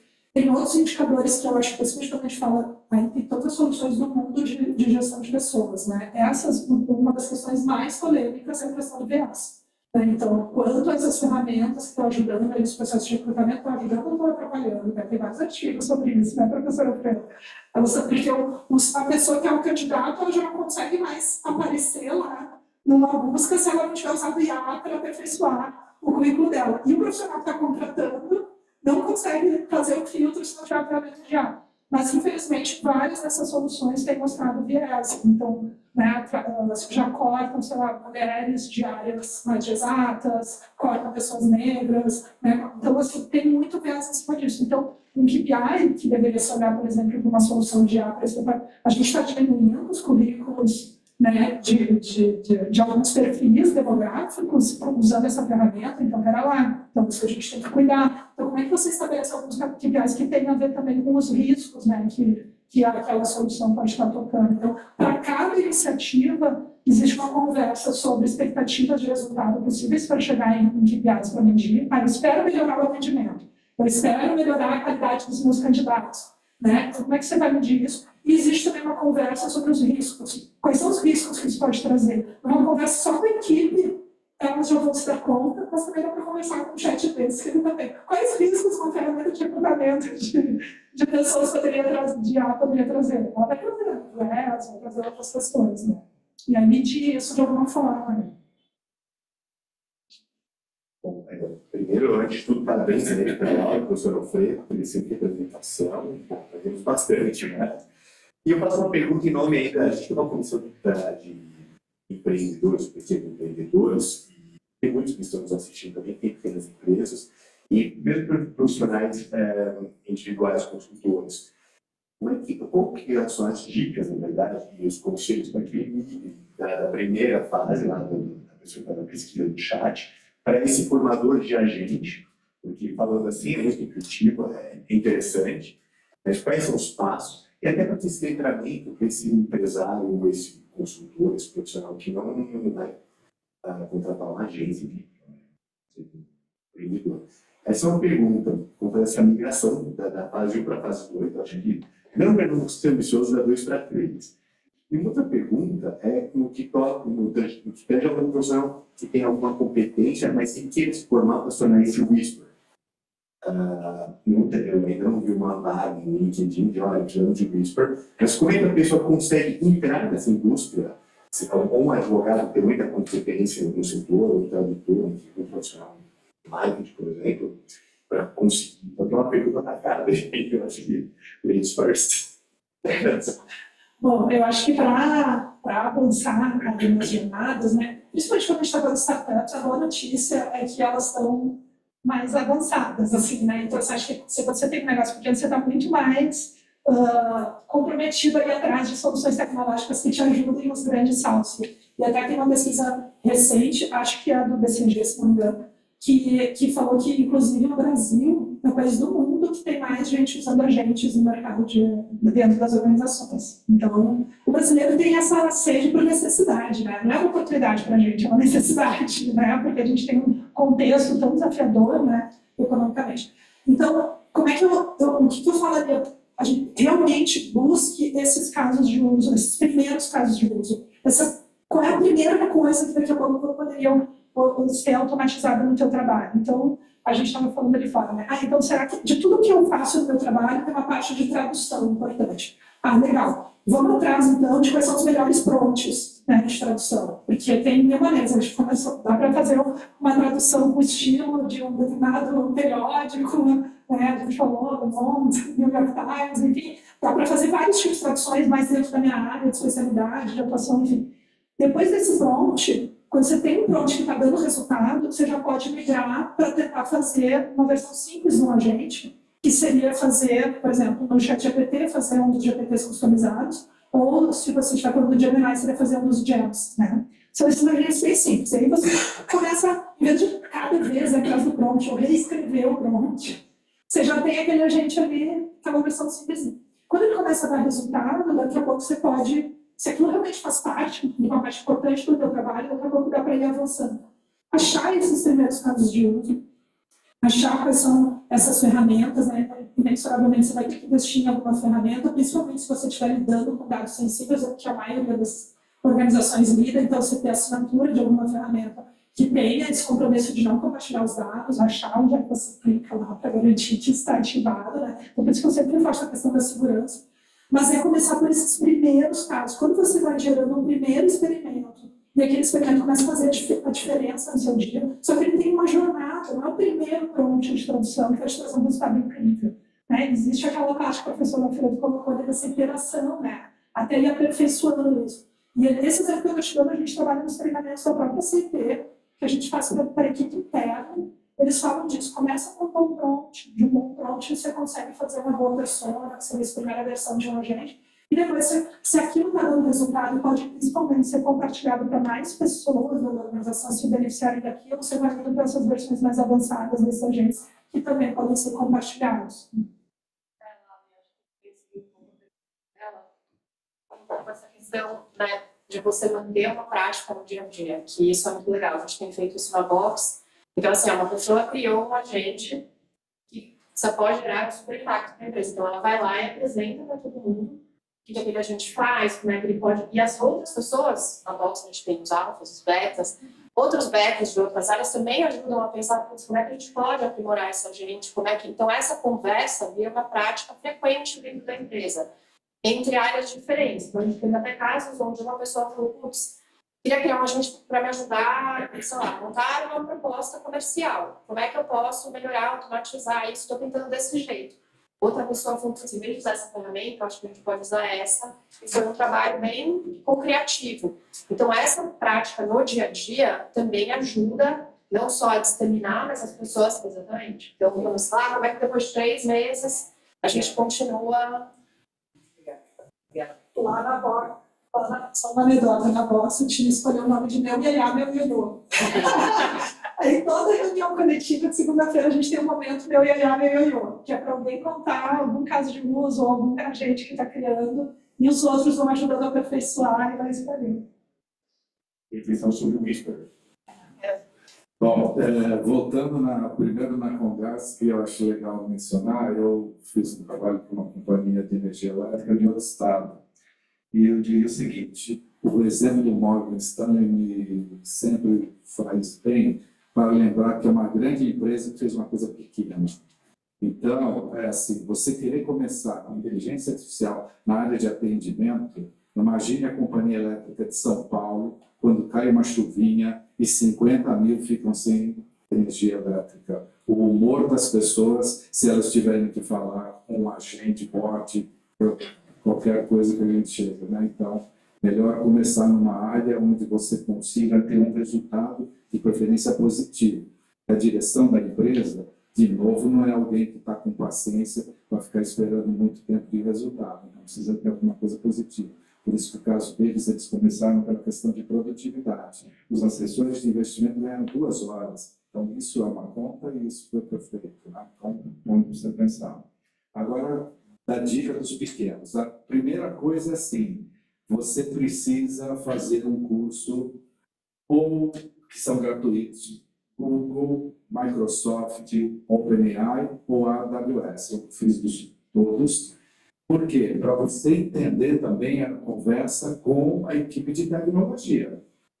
Porque é exatamente esse que é o ponto. Porque existe também essa diferença. A gente falando em negócios é uma coisa, a pessoa de tecnologia, normalmente, ela é muito bem formada. Ela passou por uma faculdade de engenharia de 5 anos, por certificações. Então, a conversa chega num momento que fica complicado. Eu vou dar um exemplo prático. Eu comecei a fazer o AWS básico, eu fui para 1, foi para 2. Aí cheguei no de engenharia que eu estou na metade. E o cara, que é a pessoa que coordena o curso, ele falou, mais uma aula você aguenta, depois você não vai começar a entender nada. Eu falei, não, mas eu já não estou entendendo agora. Eu não vou chegar na próxima. Aí ele deu a seguinte questão, se você não é de tecnologia e você não vai fazer nada de tecnologia, um beijo, um abraço, aperto de mão, já foi, já deu. Porque você já precisou do tal letramento, já chegou. Então agora, você não precisa se aprofundar em código, em coisa mais nenhuma, porque assim, se você olhar o número de soluções, só na AWS são mais de 200. Se você somar com a da Microsoft, se você somar do Google, olha quanto dá. Então, assim, primeira coisa para quem é pequeno, consultor e etc. Faz personal trainer. Primeiro faz o curso de algum deles. E aí, assim, não dá para acompanhar essa velocidade com que eles estão lançando as coisas. Então, se você não escolher pelo menos um para acompanhar mais de perto, você vai morrer louco. E outra coisa, eu vejo, nunca vamos criar agentes. Para que você precisa de um agente? Eu vejo, outro dia eu fui numa empresa que tem 10 pessoas, o cara ficou 3 dias para fazer um agente para controlar a agenda. Eu falo, gente do céu, se eu tenho o Google Calendar que já cuida disso faz tempo. Então, sabe, tem coisas que esse é o ponto. A gente adora a tecnologia, a gente adora se meter nessas coisas. E aí, às vezes, não sabe muito para quê. Então, comece, primeiro curso, depois escolha um fornecedor. Porque também, se você ficar querendo acompanhar 4, você não vai conseguir. Então, pega um.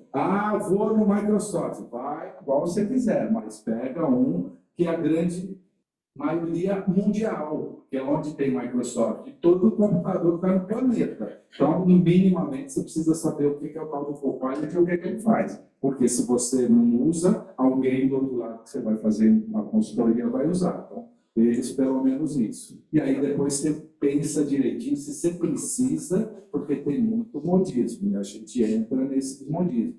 Então, é isso que precisa ter cuidado quando está você sozinho versus uma empresa pequena. Se a gente estiver falando em 5, 10 pessoas, você não precisa de tanta coisa. Você pode ter a inteligência artificial adaptada para você.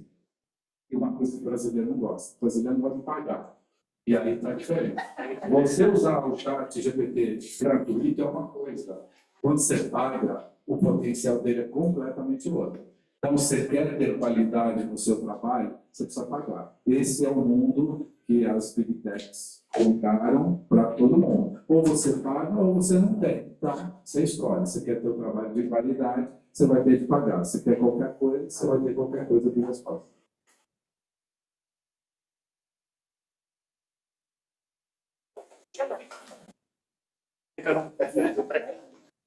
Eu sou aluna, estudo da área de tecnologia também e trabalho bastante com dados. E esse último ano eu venho trabalhando muito com letramento.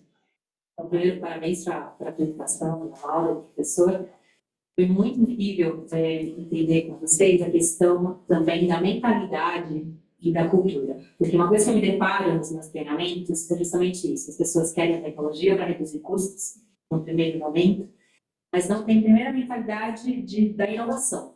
Porque quando a gente trabalha com IA, quem já trabalhou com, pelo menos em alguns prompts, sabe que a IA erra, ela alucina, e as empresas não estão preparadas para lidar com o erro, que é uma melhoria contínua. Né? Tudo que a gente falou aqui, nós ouvimos de vocês, é essa questão da melhoria contínua.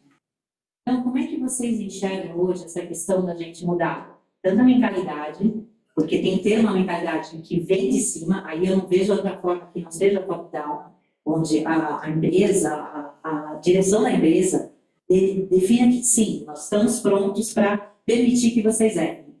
E a questão importante das pessoas, porque você falou um aspecto muito importante que muitas vezes passa ao lado da nossa análise, uma visão mais técnica aí de negócios, que é como é que o funcionário, o colaborador se sente nesse lugar e é justamente, vou trabalhar mais para ganhar a mesma coisa. Que é uma questão, assim, do ponto de vista de negócios, estratégia, pouco observado. Como é que você tem trabalhado isso nos seus clientes?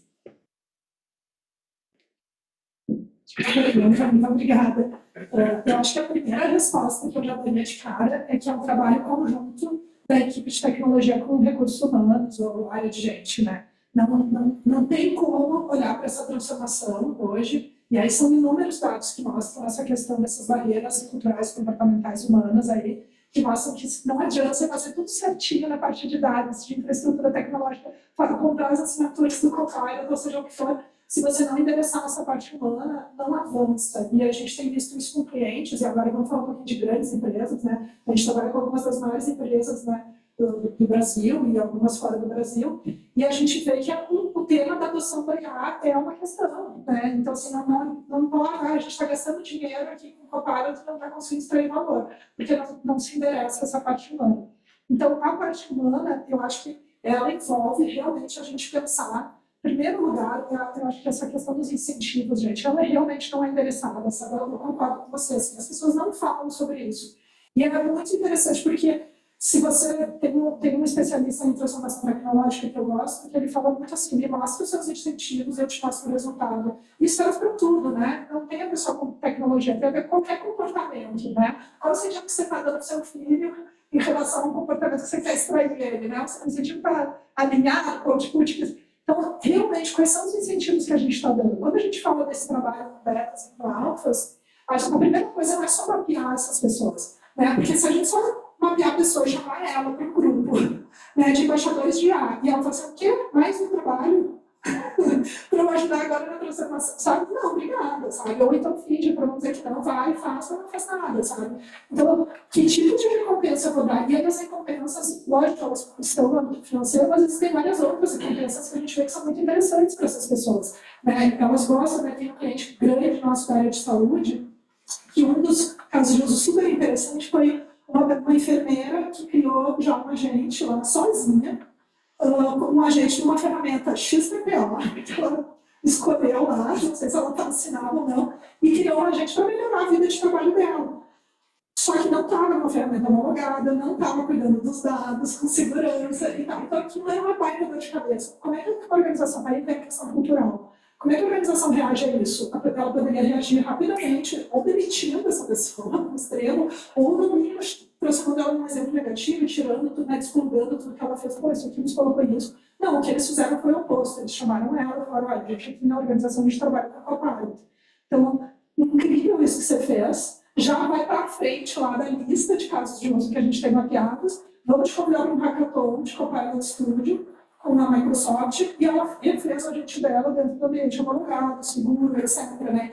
Então, e a partir disso, ela ganhou visibilidade. O presidente da organização sabia o nome dela, a de milhares, de dezenas de milhares de pessoas da organização.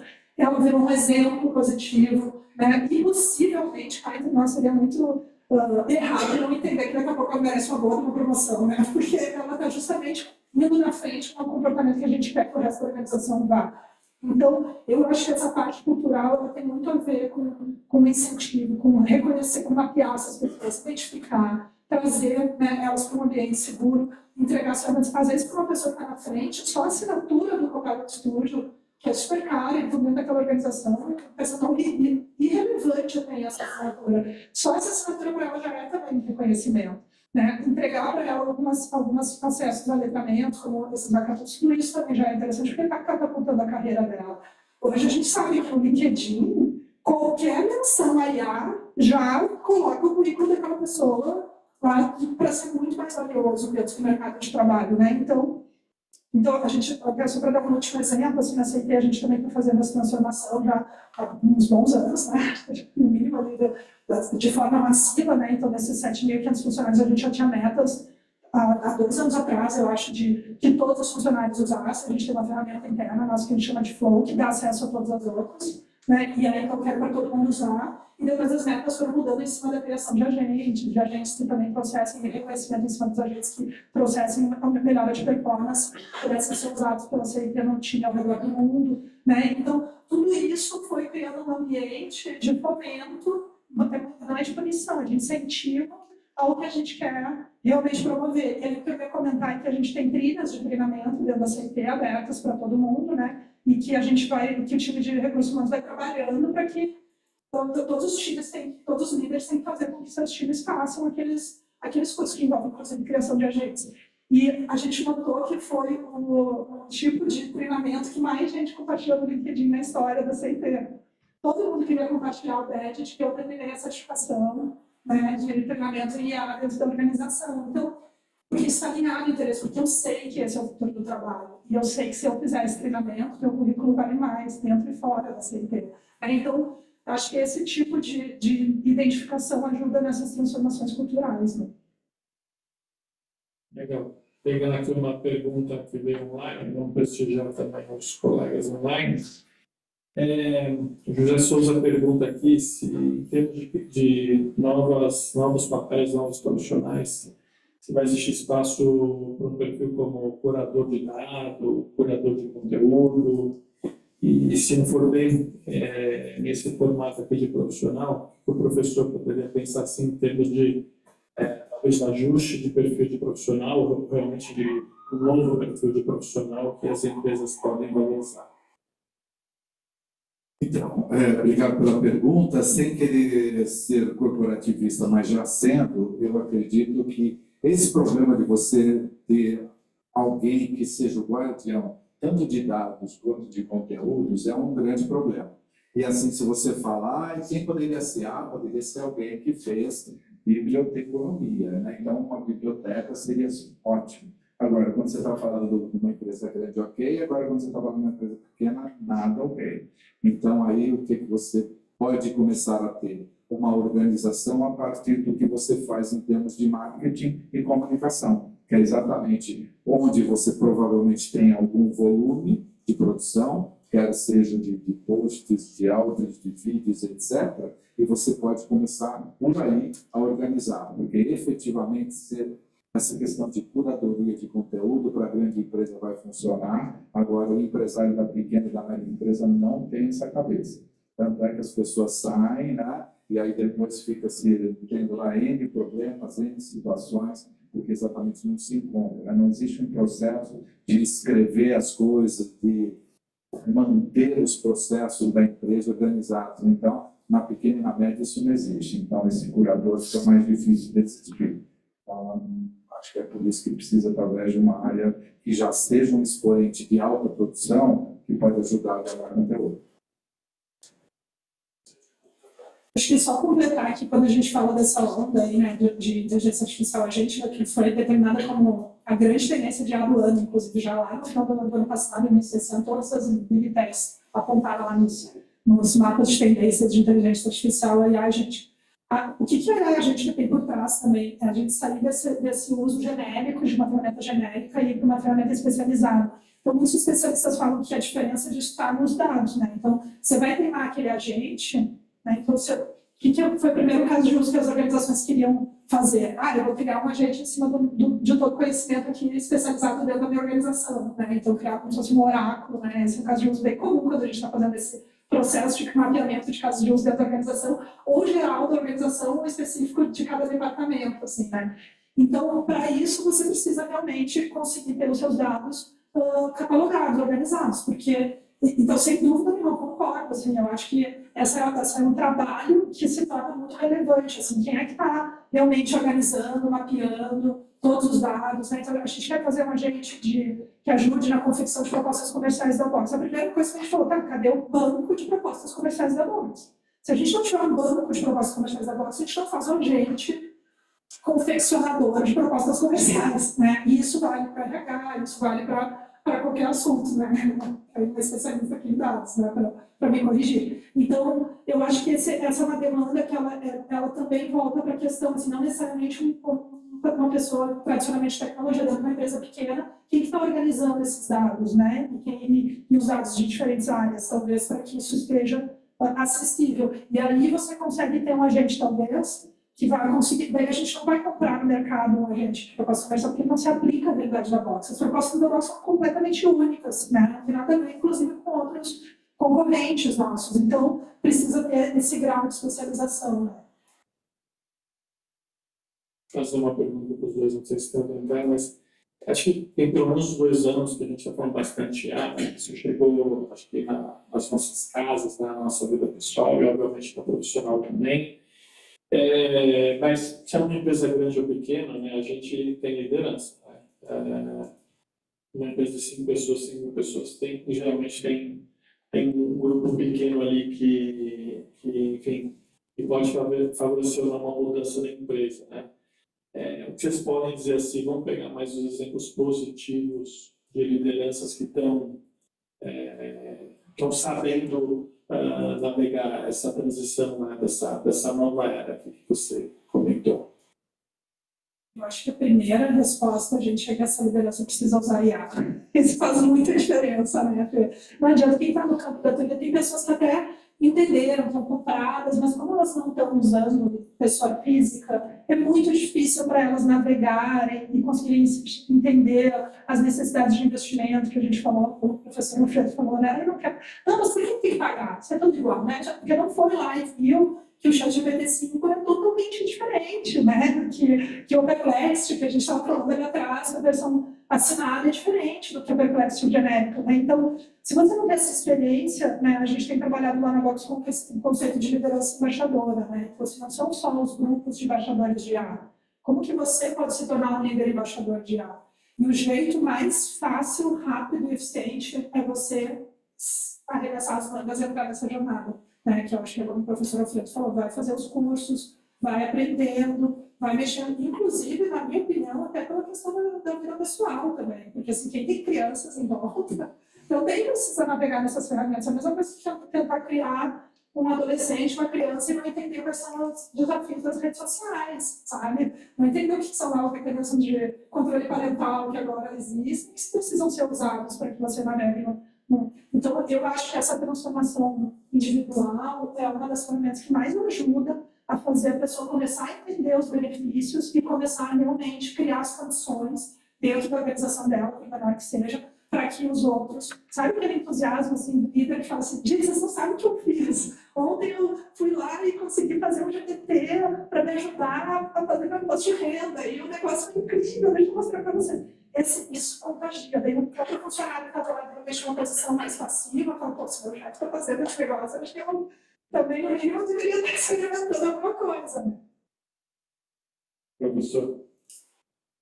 Eu diria que, assim, alguém precisa ser o embaixador e, às vezes, assim, se for pensar no mundo do pequeno e do médio, não é o dono do negócio que vai achar que vai fazer isso, porque ele não é a fim de fazer. Ele já ganhou algum dinheiro, ele já ganhou alguma expressão, ele já ganhou algum status, não é ele que vai fazer. Então, precisa alguém na empresa fazer. O grande problema é quais são as lideranças que vão enfrentar esse dono da pequena e média empresa. Esses são muito poucos. Então, esse é o grande problema, no meu modo de ver, que pode levar o Brasil a ter uma diferença brutal em termos de desenvolvimento de inteligência. A gente se fala muito, mas executa pouco. É que nem a questão da educação. Todo mundo fala, educação, a Finlândia, a Noruega e a Coreia do Sul. Agora, olha na prática como está a educação no Brasil. Acho que por IA a gente pode correr esse mesmo risco. Se fala tanto, mas na prática não evolui. Então, você querer que um diretor, um presidente, seja de empresa pequena, média ou grande,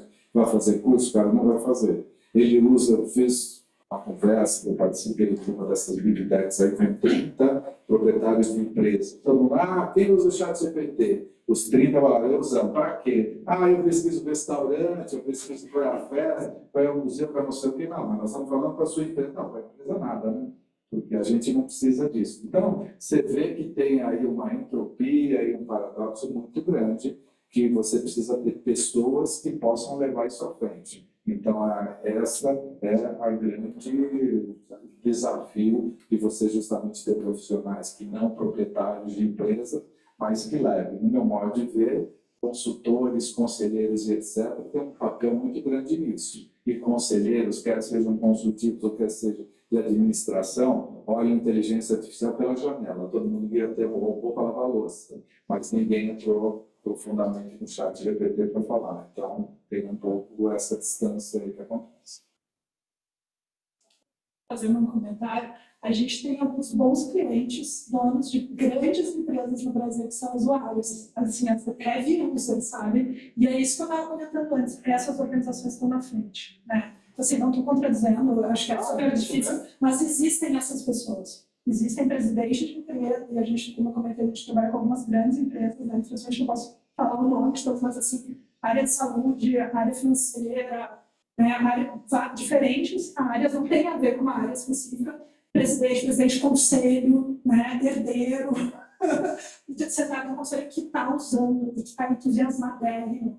E o impacto cultural que isso tem, né? Por isso que a gente fala tanto que fala de mudança cultural, tem que ver de cima, o exemplo e tal. É isso, não é o que eles estão falando, é o que eles estão fazendo, né? Então, e é por isso que a gente criou esse produto da liderança embaixadora, por conselhos de administração que nos buscaram, conselheiros falando, mas eu não quero que você dê treinamento sobre aqui. Eu quero que você venha aqui nos dar treinamento sobre a transformation. Não, treinamento para você mexer no Copilot. Eu sabia como é que eu faço para mexer nesse negócio, que eu vi lá que meu filho, meu sobrinho, está conseguindo fazer um negócio que eu não estou sabendo fazer. Então, eu realmente concordo que é difícil, que às vezes a gente acha que a gente não precisa, né, ocupar um cargo de liderança, mas isso faz toda a diferença. Assim. Então, e tem gente fazendo. Né? E aí eu acho que também os líderes poderem olhar para esses exemplos e se inspirarem.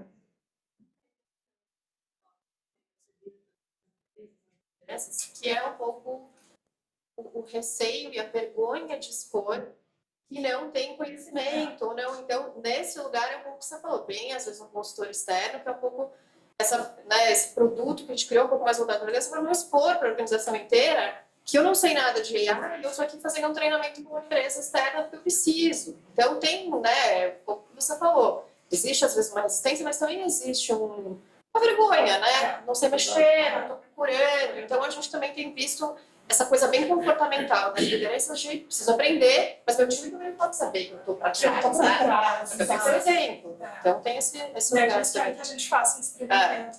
Só dar um exemplo assim, que eu acho que é bem útil. Assim, a gente estava fazendo uma pesquisa num dos maiores hospitais da América Latina, grupos hospitalares da América Latina, e a gente foi entrevistar os médicos para entender, né, como é que era a percepção, o sentimento deles em relação à transformação e tudo mais. A gente viu muito medo, né, como aparece em todas as profissões, né.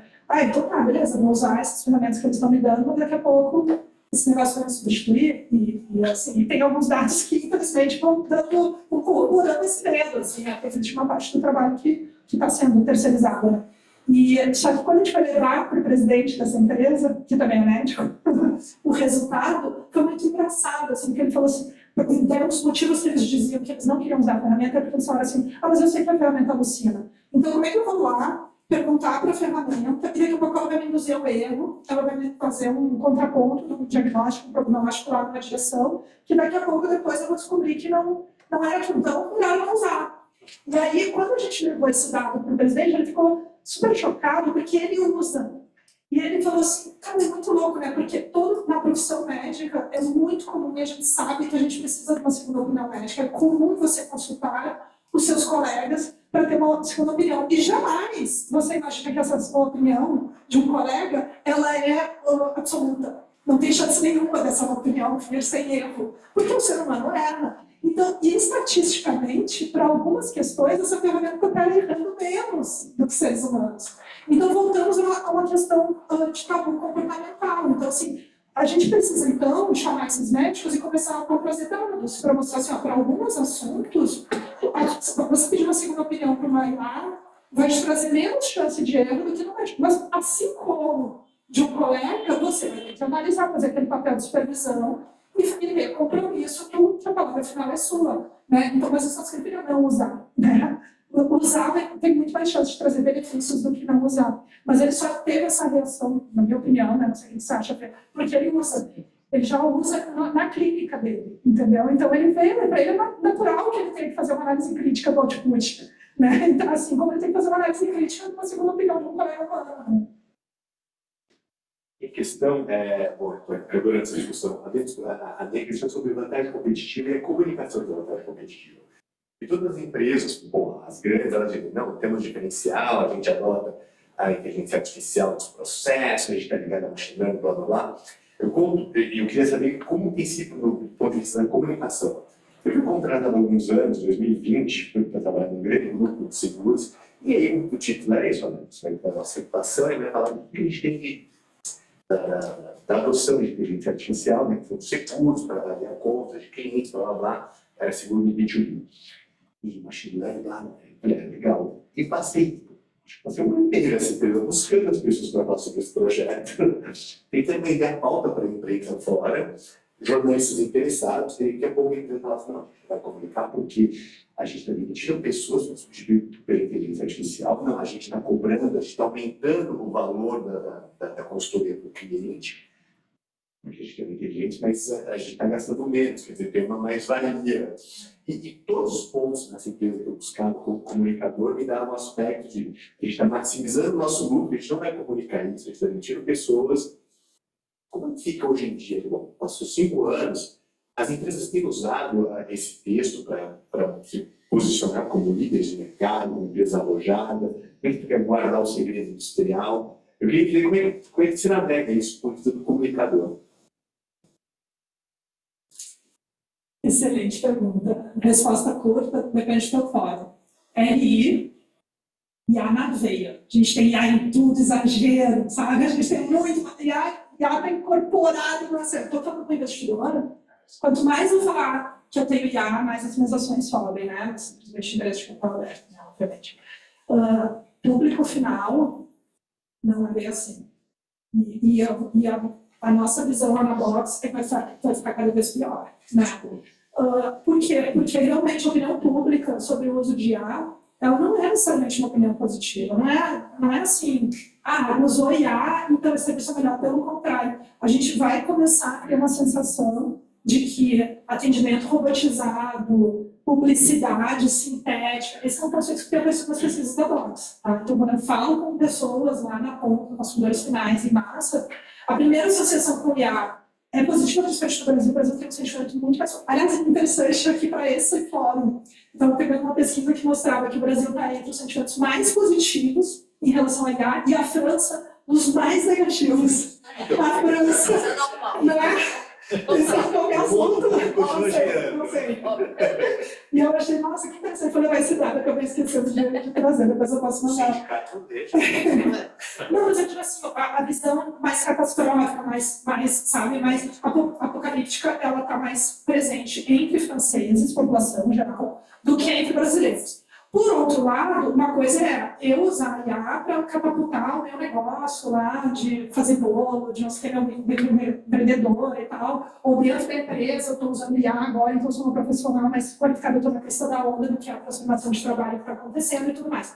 Agora, a empresa comunicar que bota IA dentro das suas soluções, para alguns lugares isso agrega valor e para outros deprecia valor, então tem que ser cirúrgico. Então, se você fala, por exemplo, no mundo...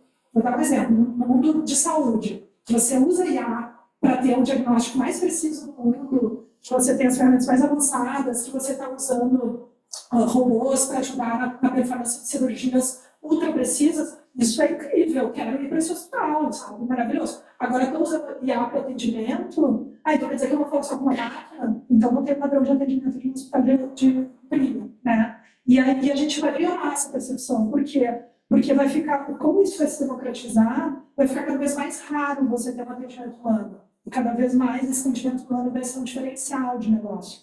Né? Então, para você ter serviços mais premium, mais sofisticados, e vai virar assim, o normal, que todo mundo vai ter, vai ser um saque absolutamente robotizado. Né? Então, essa percepção, e aí a gente usou lá na Box um negócio, em função dessas conversas, um insight muito interessante, que é assim, a inteligência artificial tem duas palavras, né? Tudo que você trabalha, que fala que você está potencializando a inteligência, principalmente das pessoas dentro e fora da organização, traz valor. Tudo que tem a ver com artificial, está trazendo artificialidade para a tua oferta, para as tuas relações, etc., deprecia valor. Isso é uma dica, né? Por isso que a questão da publicidade vai ser um baita BO. Né? Publicidade sintética está virando... Lembra lá atrás quando a gente falava de beleza real, né? A gente estava conversando isso recentemente lá com o pessoal da Natura, né? Porque a gente também está fazendo um trabalho de inteligência artificial. A Natura foi pioneira, depois todo mundo associou com Dove, mas a Natura foi pioneira a falar de beleza real e a usar pessoas reais no lugar de modelos. A próxima onda que começa a aparecer na nossa pesquisa é o questionamento, mas e agora o modelo sintético, que é pior ainda? E daí você gerou desemprego entre os modelos, né? Você está criando ali uma pessoa que não existe para vender um produto dentro de uma condição que também não existe. Então, a gente vai entrando no que... E aí tem um sociólogo francês, que eu não sei se todo mundo conhece, o Baudrillard, ele cunhou um termo na década de 80, se não estou enganada, chamado hiperrealidade. Essa é a era que a gente está entrando agora com a inteligência artificial, a era da hiperrealidade. O que ele queria dizer com hiperrealidade? Um momento onde a tecnologia vai evoluir tanto que o output dela não se torna mais perceptível se ele é verdadeiro ou não. Alguém viu o lançamento do Sora 2 agora, da OpenAI, né, inclusive externa no contexto de uma rede social, onde as pessoas só compartilham. O Sora 2 é quem faz esses vídeos, né, da OpenAI. É muito perfeito, né? Quando olha para não só a imagem física, output de texto, você saber que aquilo não foi de fato um advogado que escreveu aquele texto, vai ficando muito difícil distinguir. Então a gente fala na Vox do ponto de vista de comportamento, isso vai gerar um colapso de confiança. Principalmente quando as empresas não falarem que elas estão usando, porque são os primeiros pedidos que os consumidores fazem, me fala, seja honesto comigo, diga que você está usando, onde você está usando, como você está usando, porque senão isso vai... A gente já está numa crise de confiança, né? O Instituto Edelman mapeia isso há muitos anos, né? As pessoas não confiam mais nas instituições, confiam muito mais, né, nos pares do que nas instituições. Mas com a chegada e a massificação dessas ferramentas, a gente vai perder mais confiança ainda. O que, na minha visão, é uma enorme oportunidade para as empresas. Que as empresas que souberem nutrir vínculos e relacionamentos de confiança, sendo honestas nesse uso, sabendo onde usar e não usar, se ela tiver esse atributo de confiança, na nossa visão, a Box, o atributo de confiança vai ser talvez o atributo mais escasso dessa era que a gente está entrando agora. Eu queria comentar só um exemplo dessa complexidade. É um banco que recentemente demitiu 1.000 funcionários e era exatamente a questão da produtividade, eles estavam sendo controlados, né, justamente por um mecanismo de acesso e também especificamente porque estavam em home office e o banco tem mudado um pouco a política com relação a isso, né? Então, são esses aspectos da comunicação que, a rigor, melhor não do que sim. E complementando o que a Laura comentou, eu vejo que a IA vai comoditizar, né, se é que existe essa palavra, tudo. Tudo pode ser feito de uma forma igual, o que é horroroso. Então, eu defendo muito a questão da autenticidade. Como é que você vai realmente gerar produtividade, mas manter valores, cultura e autenticidade. E esse é um ponto importante quando você fala da humanização. Eu tive um caso de um cliente que desligou a gente de atendimento porque o público dele não está preparado, é um público de agro. E não se sentiu confortável em usar. E tudo bem, foi um experimento. Eu acho que o ponto que a gente tem que ter esse sinal de alerta é que não é só produtividade. Quando a gente fala de marketing, de publicidade, é horroroso, assim, você entrar no LinkedIn, entrar no Instagram e ver que aquele cara nem trocou os emojis, né? E aquela comunicação muito pasteurizada. O que vai diferenciar realmente é o que você está trazendo da sua inteligência com cocriação. Mas eu percebo que, como você falou do brasileiro, né, e a cultura do brasileiro é muito também de ganhar tempo, claro, por N motivos, né, não é essa a questão, de adotar sem pensar. E esse eu acho que é uma coisa que a gente tem, né, como pessoas da área, sempre fomentar isso. A gente tem que ser crítico, pensar. A IA tem que nos ajudar a ser mais críticos do que a gente consumir totalmente, né, sem padrão nenhum de análise. Então, essa é uma coisa que eu acho que é uma longa jornada, mas tem que ser trilhada. Engraçado você trazer essa palavra, né, de criticidade nos nossos pilares de letramento. São 3 pilares. O primeiro é pensamento crítico. Essa é, para nós, a primeira habilidade que você tem que treinar na sua equipe para pensar e fomentar a adoção. E se adotar sem essa habilidade, aí vai piorar, né? Aí era melhor não ter feito. Gente, muito bom. Acho que a gente está concluindo aqui. E, de qualquer forma, a apresentação vai ficar, né, no canal da Câmara. A gente também vai divulgar nas redes sociais. Vocês vão poder contatar aqui tanto a Laura e a Fernanda da Vox como o professor, né? Mas foi uma explanação incrível, né? Vocês estão de parabéns, bastante inspirador. Agradecer a todo mundo que está aqui, que também ajudou aí essa discussão, os colegas que estão firmes aí nos acompanhando até o momento. Não sei se vocês querem dar alguma palavra final, mas, enfim, muito obrigado mesmo, acho que cumpriu acima das expectativas, né? Bastante lição de casa para todo mundo também. Mas acho que é isso. Inteligência natural, né? O estagiário está longe ainda de chegar, de poder comandar uma discussão dessa, né? De trazer esses insights. Vocês querem deixar alguma palavra final? Acho que só um agradecimento novamente ao convite e também um segundo agradecimento para as interações, as perguntas, as questões, porque esse, para nós, é a melhor situação de letramento que existe, essas trocas de conversa. E eu saio daqui também com muitos aprendizados, graças às questões que vocês trouxeram, né? E eu acho que é isso que a gente tem que promover para que a gente consiga navegar, né? Não só trazendo os melhores resultados, mas também conseguindo mitigar os riscos, né, que são inerentes a essa transformação. Eu também queria agradecer a todos e todas, né, pela oportunidade das discussões e interações, que realmente foi uma manhã bem legal. Muito obrigado.